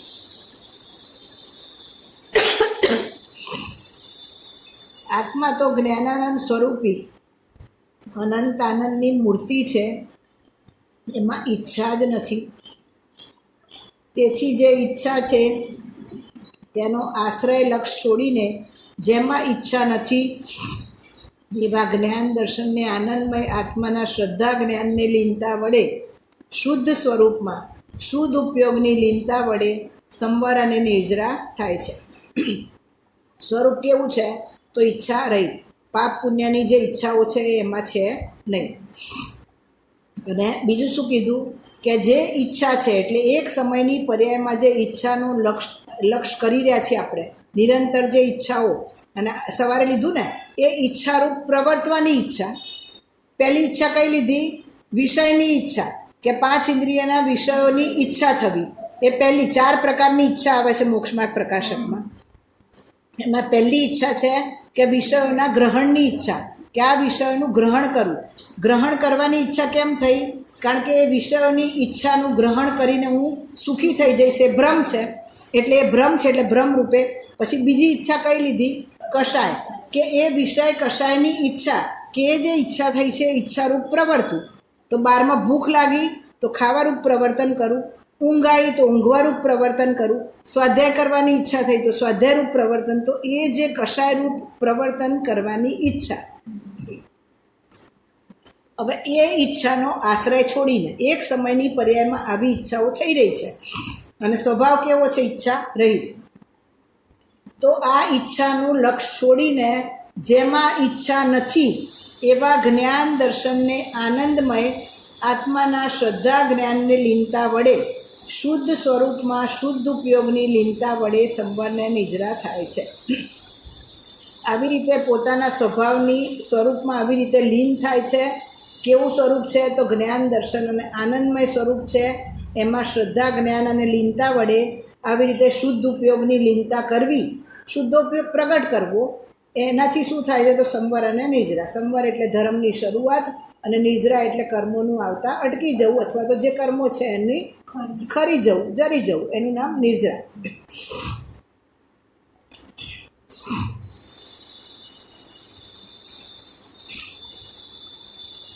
હવે શું છે? અશુભ ભાવ હો તો પાપ થાય, દયાદાન આદિ શુભ ભાવ હો તો પુણ્ય થાય, પણ ધર્મ ન થાય. સીધું બતાવી દીધું. અશુભ ભાવથી શું થશે? પાપ થશે. શુભ ભાવ હશે તો શું થશે? પુણ્ય થશે. પણ ક્યાંય એવું કીધું કે શુભ ભાવથી ધર્મ થશે? એવું ક્યાંય આવ્યું નથી આવતું. અને આપણે શું બોલતા નથી, આપણે બોલતા નથી કે શુભ ભાવથી ધર્મ થશે, પણ માન્યતામાં શું છે? એ સંતુષ્ટિ કેમ આવે છે? ષટ આવશ્યક કામ કરી દીધા. આજે સવારે પૂજા કરી લીધી, દર્શન કરી લીધું, ભગવાનનો અભિષેક જોઈ લીધો, સ્વાધ્યાય કર્યો, ભક્તિ કરી, સામાયિક કર્યું, પછી સાંજે શું થાય છે? હાશ, આજે કરવા યોગ્ય બધું કાર્ય થઈ ગયું, આજનો કોટા પૂરો. તો એ જે સંતોષ થઈ રહ્યો છે બતાવે છે કે અંદર એની પાછળ શું માન્યતા પડી છે કે આ શુભ ભાવ કરતાં કરતાં મને ધર્મ થઈ જશે. અભિપ્રાય જે છે ને, અભિપ્રાયની ભૂલ પકડમાં નથી આવતી. એ પોતાને શોધવી પડે કે મને આમાં સંતોષ થઈ ગયો. જો સંતોષ ના થયો હોય તો ત્યાંથી આગળ વધે જીવ કે ગમે તે રીતે મારે તો આ પર્યાયમાં મારે શુદ્ધોપયોગ પ્રગટ કરવું, સમ્યક દર્શન પ્રગટ કરવું છે. તો એનો પુરુષાર્થ કરે. અને એનો પુરુષાર્થ કેવી રીતે થાય? તો નિરંતર. બેન્ચરી કહે છે ને, ખાતા પીતા ઉઠતા બેસતા સૂતા જાગતા નિરંતર મારે તો એક જ્ઞાયક જ જોઈએ છે, બીજું કંઈ જોઈતું નથી. અને હવે એની જગ્યાએ આપણી કમ્પેરિઝન કરો કે આપણને શું શું જોઈએ છે? 12માં જ્ઞાયક સિવાય બધું જોઈએ છે કે જ્ઞાયક જ જોઈએ છે? હા, એટલે બોલવાની ભાષા અલગ છે. અને બોલવાનો ધર્મ તો કોનો છે? વચન ને વાણીનો ધર્મ તો પૂતગલનો જળ છે. ભાષા વર્ગણાની પર્યાય છે એ તો, જળ પૂતગલની. તો બોલવામાં આપણે બોલીએ છીએ કે હા મારે ધર્મ પ્રગટ કરવો છે, મારે સમ્યક દર્શન, પણ અંદર અભિપ્રાય ક્યાં છે? અને મોટામાં મોટી ભૂલ કઈ છે? અભિપ્રાયની. અને એ ભૂલ જ નીકળી નથી. બીજું બધું જ થઈ ગયું. આ જીવને અનાદિકાળથી આ બધું કર્યું છે, નથી કર્યું એવું નથી, પણ અભિપ્રાયની ભૂલ કાઢ્યા વગર ઉપર ઉપર બધું જ કર્યું એણે. અને એટલે પછી રખડપટ્ટી થાય છે અને એ કામ થતું જ નથી એનું. ચિદાનંદ સ્વરૂપ આનંદ મૂર્તિ ભગવાન આત્માના ભાન વિના એકલા ઉપવાસ આદિ કરે ને તેમાં રાગની મંદતા હોય તો મિથ્યાત્વ સહિત પુણ્ય બાંધે, પણ તેને ધર્મનું સ્વરૂપ કહેવામાં આવતું નથી અને તેનાથી જન્મ મરણના અંત આવતા નથી. શું કીધું? ચિદાનંદ સ્વરૂપ આનંદ મૂર્તિ. પોતાનો સ્વભાવ કેવો છે? તો આવો જ્ઞાન ને આનંદ સ્વરૂપ, આનંદની મૂર્તિ. અને હવે સામે શરીરને લો, જેમાં આપણે પોતાપણું માની રહે. શરીર શું છે? રોગની મૂર્તિ. એક એક તસુમાં કેટલા રોગ છે? 96 રોગ છે.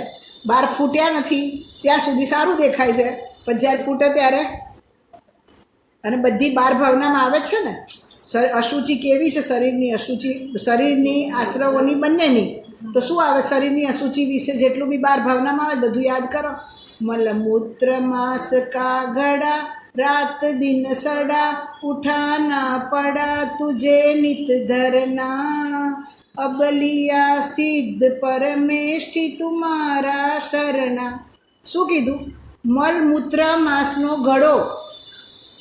અને આપણે શું કરીએ છીએ? એને સજાઈને કેવો રાખીએ છીએ, પણ આ ઉપરથી ચામડી જતી રહે તો પછી જોવીએ ગમે એને? નથી જોવું ગમતું ને. જરાક વાગે છે તો આપણું પોતાનો એક્સપિરિયન્સ છે ને, વાગે અને ચામડી ઉપરની જતી રહે તો અંદરની જે અંદર બધું છે એ જોવું ગમે છે? નથી જોવું ગમતું. આમાં આવે છે ને, દીપે ચામ ચાદર મળી હાડ પિંજરા દે.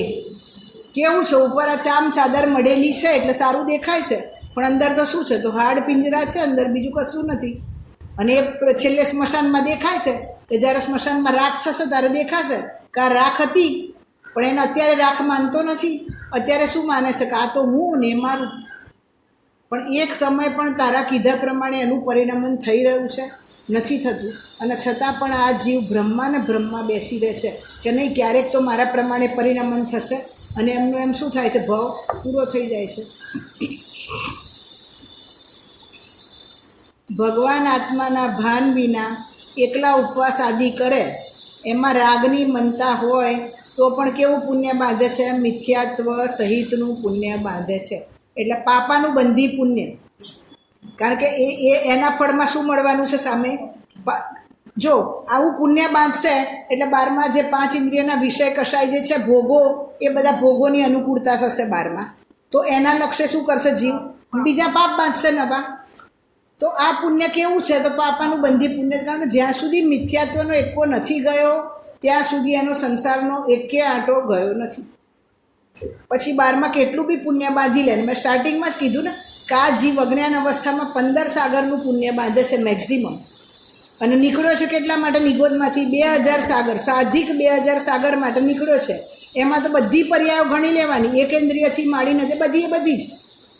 તો પછી એ પુણ્ય ભોગવવાનો ક્યારે છે? 15 સાગરનું બાંધ્યું છે, ભોગવવા તો મળવાનું નથી. અને પછી છેલ્લે નિગોદમાં જશે એટલે એ પુણ્યનું પાપમાં કન્વર્ઝન થઈ જશે. અને ત્યાં નિરંતર એક શ્વાસમાં 8, 10, 12. કારણ કે દેહમાં એકત્વ બુદ્ધિ કરી છે, તો જે એકત્વ બુદ્ધિ કરી છે તો નિરંતર તને દેહમાં જ એકત્વ બુદ્ધિ કેટલી વાર. જો લૌકિકમાં બી છે ને સૌથી મોટો પાપ કયું છે? એ કોઈનો વિશ્વાસઘાત કરવો. એની તમે મિલકત લૂંટી લો, એને મારો જુડો ને એ પાપ નથી, પણ કોઈનો વિશ્વાસ તોડવો એ મોટામાં મોટું પાપ છે. અને આ જીવનો નિરંતર ત્યાં વિશ્વાસ તૂટે છે. કેમ? કારણ કે શરીર માટે એકત્વ બુદ્ધિ કરી છે. અને ત્યાં એક શ્વાસમાં 18 વાર જન્મ મરણ. એ શરીરને પોતાનું માન્યું, હજી તો માન્યું જ છે અને મરણ. એટલે શું થયું? વિશ્વાસનો ઘાત થયો. પાછું એકત્વ કર્યું, પાછો વિશ્વાસનો ઘાત થયો. તો નિરંતર ત્યાં આગળ એને આ ભોગવવાનું કહે છે ને કે જે પાપો કરે તો એનું ફળ ભોગવવાનું સ્થાન મળે છે. જેમ અહીંયા આગળ 1 ખૂન કરે તો ફાંસી, અને 100 ખૂન કરે તોય ફાંસી. અને નરકમાં એનો સીધો હિસાબ મળે કે 1 ખૂન કર્યું તો જેટલી વાર એનું શરીર છેદન ભેદન બધો ત્રાસ એને સહન કરવો પડે. અને 100 વાર કર્યું તો 100 વાર. તો કુદરતમાં ન્યાય, બરાબર ન્યાય છે બધી વસ્તુનો. અહીં ગવર્મેન્ટ એ ન્યાય આપી નહીં શકે, પણ ત્યાં આગળ પાક્કો ન્યાય છે. કંઈ આગળ ત્યાં દેહ બુદ્ધિ એકત્વ કર્યું ને દેહ સાથે, તો નિરંતર તને ત્યાં દેહ મળતા રહેશે. અને એક જ દેહમાં કેટલા જીવો એકત્વ બુદ્ધિ કરનારા ત્યાં નિગોદમાં? શરીર તો એક જ અને જીવો અનંત. તો એટલા બધા જીવો એક સાથે એક જ દેહમાં એકત્વ બુદ્ધિ કરે છે. અને એક સેકન્ડ બી નહીં, કેટલો નાનો ભાગ, એક શ્વાસમાં 8, 10 વાર. શ્વાસ એટલે કેટલો ઓછો ટાઈમ. એક શબ્દ બોલી એમાં તો અનંત સમય નીકળી જાય. અને તો એક શ્વાસ કીધો એમાં 18 વાર જન્મ મરણ નિરંતર. અને એ પીડા કેટલી? જન્મ મરણની પીડા તો આપણી લેડીઝો સિવાય કોણ જાણી શકે? આપણે જન્મ્યા તો આપણે ભૂલી ગયા, પણ આપણે જ્યારે બાળકને જન્મ આપીએ છીએ તો આપણને ખબર છે ને કે કેટલી વેદના જન્મ મરણની. તો એ વસ્તુઓથી બચવું હોય તો જલ્દીથી જલ્દી આવી રીતે પોતાના સ્વરૂપનું ભાન કરી અને એમાં સ્થિરતા કરી લેવી જોઈએ. તેને ધર્મનું સ્વરૂપ કહેવાતું નથી. તેનાથી જન્મ મરણના અંત આવતા નથી. કારણ કે નિરંતર આજે એના પુણ્ય ભાવ જે છે, રાગ ભાવ, એ કેવો ભાવ છે? રખડાઉ ભાવ છે. એને જીનવાણીમાં રખડાઉ ભાવ કીધો છે. આપણો છોકરો રખડેલો હોય તો આપણે પેપરમાં છપાઈ દઈએ ને કે ભાઈ અમારી જોડે એની જોડે કોઈ લેવડ દેવડ કરશો તો અમે જવાબદાર નથી. એમાં રાગ ભાવ આચાર્ય કહે છે કે રખડાઉ ભાવ છે. તું એની જોડે લેવડ દેવડ કરીશ તો પછી અમારી કોઈ જવાબદારી નથી. તું 4 ગતિ 84 લાખમાં રખડી છે, પાક્કું છે. મોટામાં મોટો અભક્ષ જ રાગ છે. 12માં આપણે ભક્ષ અભક્ષમાં કોઈ દિવસ યાદ આવે છે કે રાગ અભક્ષ? આપણે અભક્ષના નામે જમીન કંદ બીજું જે આપણે છોડ્યું છે, હા, સારી વસ્તુ છે. પણ સૌથી મોટામાં મોટો અભક્ષ કયો છે? રાગ અભક્ષ છે. કારણ કે આ જીવ એના ફળમાં જ આટલું નિરંતર 4 ગતિ 84 લાખ યોનીમાં. 12માં કહે છે ને કે સપ્ત વ્યસન કરી લે ને તો એકાદ ભાવ નરકનો થઈ જાય. એનું પાપે એટલું છે. પણ એમાં સપ્ત વ્યસનમાં બી જે ભાવ વ્યસન છે એમાં આવે છે. સપ્ત વ્યસનનો પાઠ તો બધા આપણે વિતરાગ વિજ્ઞાનમાં ભણી ગયા. દેહ કી મગનતાઈ યહે માસ ભકીબો. દેહમાં મગનતાઈ કરવી, દેહમાં મગ્ન રહેવું, એટલે કે આ દેહને પોતાનું માનવું, એને શું કીધું? માંસ ભક્ષણ. હવે આપણને એમ લાગે છે કે અમે તો માંસ ભક્ષણ ક્યાં કરીએ છીએ, અમે તો જૈન છીએ, અમે તો નામે જૈનને માંસ ભક્ષણ ના હોય. પણ આ તું નિરંતર માંસ ભક્ષણ કરી રહ્યો છે, દેહમાં જે મગનતાઈ કરી રહ્યો છે. તો આવી રીતે જે 7 વ્યસનની, ભાવ વ્યસનની જે વ્યાખ્યાઓ છે એ વ્યાખ્યાઓ વિચારવી જોઈએ કે આપણે શું શું કરી રહ્યા છીએ. 12માં જે પેલા 7 વ્યસન છે એ તો જીવ કરે ને તો એક જ વાર નરકમાં જઈ આવે. પણ આપણે જે દ્રવ્ય વ્યસન નહીં, આપણે નિરંતર ભાવ વ્યસન કર્યા છે ને એના ફળમાં 4 ગતિ 84 લાખ યોની મળી છે. હા, નાટક સમયસરમાં છે આ બધું. અને આમાં વિતરાગ વિજ્ઞાનના ભાગમાં હા એ જ લીધેલું છે. સપ્તવ્યસનનો પાઠ તો ભણ્યા છે બધા. એમાં આ બધી વ્યાખ્યાઓ છે જે યાદ ના રહે ને તેની લાઈનો યાદ કરી લેવાની, લાઈનો ના ભૂલાય જલ્દી.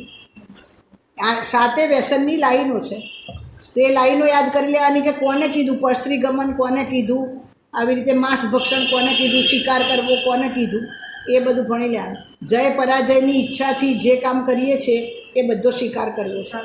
હવે આપણને એમ લાગે કે અમે તો શિકાર નથી કરતા, પણ આ તું હાર જીતની ઈચ્છાથી જે કામ કરી રહ્યો છે બધું શિકારના અંતર્ગત આવે છે.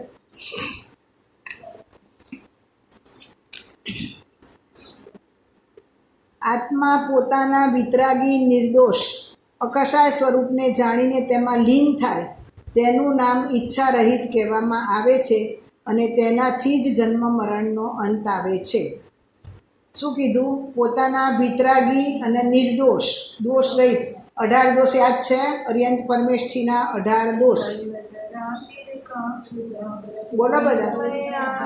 જન્મ જરા તૃષા ક્ષુધા વિસ્મય આરત ખેદ રોગ શોક મદ મોહ ભય ચિંતા નિંદ્રા શ્વેત રાગ દ્વેષ અરુ મરણ જૂત એ 18 દોષ નાહી હોત જીસ જીવ કે સો છબીલાયક હોત. પાછળની લાઈનમાં 2 અલગ અલગ વિવક્ષા છે. એટલે હા, એટલે સો છબી લાયક હોત એટલે એવી છબી લાયક છે. અર્યંત પરમાત્માની છબી કેવી હોય? તો આવી કે 18 દોષ રહિત. હવે આપણે ક્યાં ઊભા છીએ એ વિચાર કરો કે આપણને ક્ષુધા, તૃષા એ બધા દોષ લાગે છે કે એમાં તો આપણું જો હમણાં ખોલવા બેસીએ ને રસના ઇન્દ્રિયનું ચેપ્ટર તો કેટલા દિવસો નીકળી જાય. જાત જાતના વ્યંજનો બનાવવા, એનાથી સુખ માનવું, એનું ડેકોરેશન કરવું, પાછું એની બધી રેસીપીઓ જોવી, ઓનલાઈન બનાવવાનું, બીજાને શીખવાડવું, પરસ્પર એકબીજાને એનો ઉપદેશ આપવો. આ બધું શું છે? કેટલે પહોંચ્યા છીએ. હવે આ દોષ છે એવું ક્યારે યાદ આવે આ જીવને? કે આ જે નિરંતર ભૂખ લાગે છે એની તૃપ્તિ કરીએ છીએ આપણે પાછા 2 કલાકમાં ખાલી પેટ, તો એ દોષ છે એવું ખબર પડે છે? ભાવવાસન થવું જોઈએ ને એનું, કાં તો દોષ છે. એના બદલે આપણે શું કરીએ છીએ? અલગ અલગ પ્રકારથી એની પુષ્ટિ કરવા ઈચ્છીએ છીએ રસના ઇન્દ્રિયની. તો એટલું બધું તો ભૂખ લાગે છે એ જરૂરી છે કે ભૂખ લાગે છે તો જેટલી ભૂખ છે એટલું ભોજન કરી લેવું એ જરૂરી છે. પણ પછી એમાં જે ઊંડા ઉતરી જઈએ છીએ આપણે નિરંતર, આ સારું, આ ખરાબ, આવું બનાવવું જોઈએ, એનું આવું ડેકોરેશન કરવું જોઈએ, નવી નવી વસ્તુઓની રેસીપી શીખવી જોઈએ, એ રીતે નવી નવી વસ્તુઓ બનાવવી જોઈએ. કેટલો આરંભ, પરિગ્રહ, ઉપયોગની બરબાદી, પૈસાની બરબાદી, બધી જ રીતે બરબાદી નિરંતર. એમાં જરૂરી કેટલું હતું કે પેટની જેટલી ભૂખ છે આટલું ખાવા જોઈતું હતું, અને અહીંયા જીભની નીચેથી ઉતર્યું પછી કયો સ્વાદ આવવાનો છે એનો? અને એ જ વસ્તુની વોમિટ થાય તો જોવી બી ગમશે નહીં, ગમે ભલે મૈસૂર પાક ખાધો હોય તો બી નહીં ગમે. તો એ વસ્તુ અશુચિ છે, એનું ભાન થતું નથી આ જીવને, ને એમાં ક્યાં ક્યાં આગળ પહોંચી જાય છે.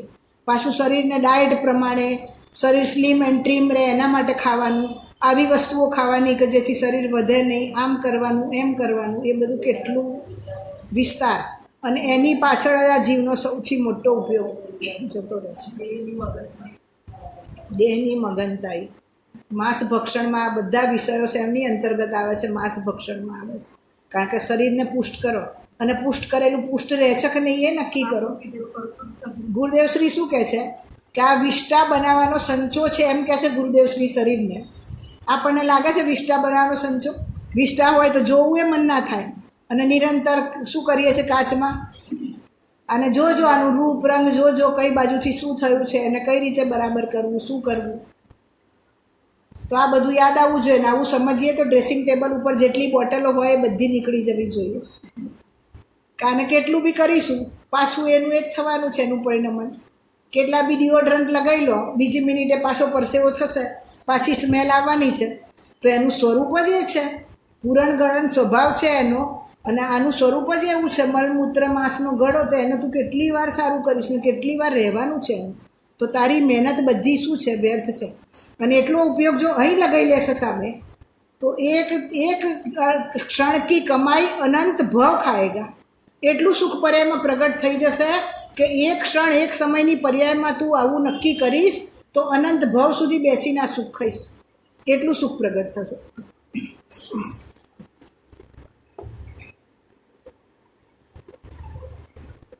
આત્મા પોતાના વિતરાગી નિર્દોષ અકશાય સ્વરૂપને જાણીને એમાં લીન થાય તેનું નામ ઈચ્છા રહિત. આનું નામ શું કહેવાય? ઈચ્છા રહિત. ઈચ્છાને જબરજસ્તીથી રોકવી એ કોઈ ઈચ્છા રહિત થવાનો રસ્તો નથી. પણ ઈચ્છામાં સુખ બુદ્ધિનો અભાવ થઈ જાય કે આમાંથી સુખ આવતું નથી તો ઈચ્છા થાય જ નહીં. જે જગ્યાએ આપણને લાગે કે અહીંથી દુઃખ આવે ત્યાં દુઃખના નિમિત્તોમાં કોઈ જીવ જવાનું પસંદ કરે છે? નથી કરતો. તો જ્યારે ખબર પડી કે ઈચ્છા ઉત્પન્ન થાય છે એ જ દુઃખનું કારણ છે. લૌકિક લોકો હોય ને, હું ઘણીવાર અમદાવાદ જાઉં ને તો ત્યાં આગળ ત્યાંની જે એસટી બસો છે ને એની પર લખેલું હોય છે, ઈચ્છા દુઃખની માં છે. લૌકિક લોકો બી આવું લખે છે કે ઈચ્છા છે એ દુઃખની માં છે, કે દુઃખનું ક્ષેત્ર, દુઃખ ક્યાંથી ઉત્પન્ન થાય છે? તો ઈચ્છા ઉત્પન્ન થઈ એટલે દુઃખ ઉત્પન્ન થયું. અને આપણે તો જીનવાણીમાં અનંતકાળથી આ લખેલું છે કે ઈચ્છા છે એ દુઃખની માં છે. એનું નામ ઈચ્છા રહિત કહેવામાં આવે છે ને તેનાથી જન્મ મરણના અંત આવે છે. હું અતિન્દ્રિય આનંદ સ્વરૂપ છું એવું જેને જ્ઞાન નથી તે તેમાં ઠરે કેમ? જ્યાંથી આનંદ આવે છે એવું સમજ જ નથી જેને, તો એમાં ઠરે કેમ? આમાં આવે છે ને જ્ઞાન ક્રિયાભેમ મોક્ષ. તો જ્ઞાન કોને કીધું એમાં? તો આત્માનું સ્વસંવેદન જ્ઞાન, એટલે આત્માનો અનુભવ, એને શું કીધું? જ્ઞાન કીધું. અને એમાં ઠરવું એનું નામ શું કીધું? ક્રિયા કીધી. અને આપણે ક્યાં માનીએ છીએ જ્ઞાન ક્રિયાભેમ મોક્ષ? કે આ 12મા જે શાસ્ત્રનું જ્ઞાન થયું એ જ્ઞાન, અને એમાં ઠરી જવું એનું નામ ક્રિયા. હવે આવી ક્રિયા કરવાથી કોઈ શું કીધું અહીંયા? જ્ઞાન કોને કીધું? પોતાનું સ્વસંવેદન જ્ઞાન. આત્માને સ્પર્શીને જે જ્ઞાનની પર્યાય ઉત્પન્ન થઈ એ જ્ઞાન, સ્વસંવેદન જ્ઞાન, એ જ્ઞાનને જ્ઞાન કીધું. અને એ જ્ઞાનમાં લીન થવું, જ્ઞાનમ જ્ઞાને પ્રતિષ્ઠતિ, એવા જ્ઞાનમાં લીન થવું એનું નામ શું કીધું? એને ક્રિયા કીધી. એનો અર્થ જ્ઞાન ક્રિયાભેમ મોક્ષ. એટલે આ સાચો મોક્ષ છે. એટલે ઘણી બધી વિપરીતતા આવી આપણે વાંચી તો લઈએ છીએ પણ એનું ભાવભાષણ નથી હોતું. તો આપણને સમજમાં નથી આવતું કે આપણે ક્રિયા ક્યાં માની રહ્યા છીએ અને જ્ઞાન ક્યાં માની રહ્યા છીએ. કારણ કે જે પોતાની વસ્તુ હોય પોતાનામાં હોય ને. આ શાસ્ત્ર જ્ઞાન તો પરલક્ષી જ્ઞાન છે, અને પેલું જ્ઞાન કયું છે? સ્વસંવેદન જ્ઞાન. સ્વભાવના લક્ષ્ય ઉત્પન્ન થાય છે તો એ પોતાનું જ્ઞાન છે, અને એમાં ઠરવું એ અસલી ક્રિયા છે. અને એ ક્રિયાને પોતે ક્રિયા માનતો નથી. હવે આવું હું અતિન્દ્રિય આનંદ સ્વરૂપ છું એવું જ્ઞાન જ જેને નથી થયું સાચું, તો એમાં ઠરે કેમ? અને પોતાનામાં જે અતિન્દ્રિય આનંદ ન ભાસે તેમાં લલચાય કેમ? પોતાનું સ્વરૂપ. લાલચ ક્યારે થાય જીવને? કે જ્યાં આગળ કંઈક વધારે અધિક હોય આપણા કરતાં, તો ત્યાં આગળ જીવ ઇમ્પ્રેસ થાય છે. 12માં કહીએ છીએ ને કે આનાથી હાઈલી ઇમ્પ્રેસ. છોકરાઓ ક્યાંથી ઇમ્પ્રેસ થાય છે? એ સેલિબ્રિટીનું સ્વરૂપ જોવે 12માં બીજા બધાનું, કારણ કે એ લોકોને અસલી સ્વરૂપ ખબર નથી. એમ આ જીવ ઇમ્પ્રેસ ક્યાં થાય છે? કે પોતાનાથી વિશેષ કોઈ વસ્તુ એને દેખાય તો ત્યાં ઇમ્પ્રેસ થાય. તો અહીંયા આગળ પોતાનું સ્વરૂપ આવું વિશેષ છે, મહિમાવાન છે, એ ખબર હોય તો એમાં લલચાય ને. અને એવી લાલચ થાય તો એને પ્રગટ કરવાની તાલાવેલી થાય, રુચિ થાય, એની ખટક થાય. અને ખટકપૂર્વક જ કામ થવાનું છે. એવી ખટક જ્યાં સુધી નહીં થાય, કોઈ દિવસ આ જીવને હજી સુધી મને સમ્યક દર્શન નથી થયું, એના માટે ઊંઘ ઉડી. 12માં પ્રસંગ લઈને બેઠા હોય તો 6 મહિના પહેલાં ઊંઘ ઉડી જાય છે. એટલે એ બતાવે છે કે રુચિ કઈ બાજુ કામ કરી રહી છે, અને રુચિ અનુયાયી વીર્ય. તો જે બાજુ રુચિ કામ કરી રહી હશે એ બાજુ જ એનું વીર્ય ઢળશે. તો રુચિ આ બાજુ એવી ઊંઘ ઉડવી જોઈએ કે કેમ મારું કામ? છોગાનીજીએ એક જ્ઞાન ને રાગ જુદા એટલું જ સાંભળ્યું, અને એની એ રાતે સમિતિની રૂમમાં બેસીને સમ્યક દર્શન પ્રગટ કરીને ઊભા થયા સવારે. કેવી જિજ્ઞાસા, કેવી તાલાવેલી પોતાનું સ્વરૂપ મેળવવા માટે કે મારે તો બસ જ્ઞાયક જ જોઈએ, બીજું કંઈ દુનિયામાં જોઈતું જ નથી એ સિવાય. તો દરેકે આવી પોતાની જોઈ લેવી કે પોતાની રુચિ ચકાસી લેવી કે કઈ બાજુ મારી રુચિ જઈ રહી છે, કઈ બાજુ તાલાવેલી મારી થઈ રહી છે, એ નક્કી કરી લેવું. તો એ પ્રમાણે જ રુચિનો પ્રકાર અને રુચિનો વિષય એ બે નક્કી થશે. ત્યારે જ નક્કી થશે કે આ જીવ મોક્ષ માર્ગમાં જઈ રહ્યો છે કે કયા રસ્તે. અને એ દરેકે પોતે નક્કી કરવાનું છે. એમાં કોઈને બતાવવાની જરૂર નથી, કોઈને કહેવાની બી જરૂર નથી. આટલું સ્પષ્ટ બતાવી દીધું કે રુચિ કેવી હોય અને રુચિનો વિષય કેવો હોય. તો એ બંને પોતે જાતે નક્કી કરી લેવાના કે આપણી રુચિ કઈ બાજુ જઈ રહી છે અને એનો વિષય કયો આપણે આપી રહ્યા છે રુચિને. પછી આ જીવ રોજ પ્રશ્ન પૂછે કે અમે તો આટલા વર્ષોથી સાંભળીએ છીએ, વાંચીએ છીએ, પણ કંઈ થતું જ નથી. પણ કેવી રીતે થાય? હા, કારણ કે તું માનતો જ નથી ને. ઉપલક જ્ઞાન, ઉપલક જ્ઞાનથી કોઈ કામ થવાનું નથી. આમાં ચોખ્ખું આવે છે આત્મસિદ્ધિ શાસ્ત્રમાં. શાસ્ત્ર જ્ઞાનથી નિવેડો નથી, પણ અનુભવ જ્ઞાનથી નિવેડો છે. અને આપણે ક્યાં માનીએ છીએ સંતોષાઈ કે શાસ્ત્ર જ્ઞાન થઈ ગયું એટલે બધું કામ મારું થઈ ગયું, પૂરું. પણ એ રસ્તો જ નથી. પણ તું રસ્તો જ ઊંધો પકડે તો ક્યાંથી સુખી થવાનો છે? અનુભવ જ્ઞાનથી જ નિવેડો, એટલે સંસારનો નિવેડો ત્યાંથી જ થશે, શાસ્ત્ર જ્ઞાનથી નહીં થાય. વચ્ચે આવશે ખરી, કારણ કે સાચો રસ્તો દેવશાસ્ત્ર ગુરુ જીનવાણી માતા બતાવે છે કે અસલી તારું સ્વરૂપ કેવું છે. 12મા 6 દ્રવ્યનું સ્વરૂપ, 7 તત્વનું સ્વરૂપ, 9 પદાર્થનું સ્વરૂપ, એ બધું સ્વરૂપ જીનવાણીમાં છે. અને એ રીતે નક્કી કરવાનું છે, પણ પછી ત્યાં અટકવાનું નથી. ટાઈમ થઈ ગયો છે, હવે બીજી વાત દઈશું. હવે ભક્તિ લો.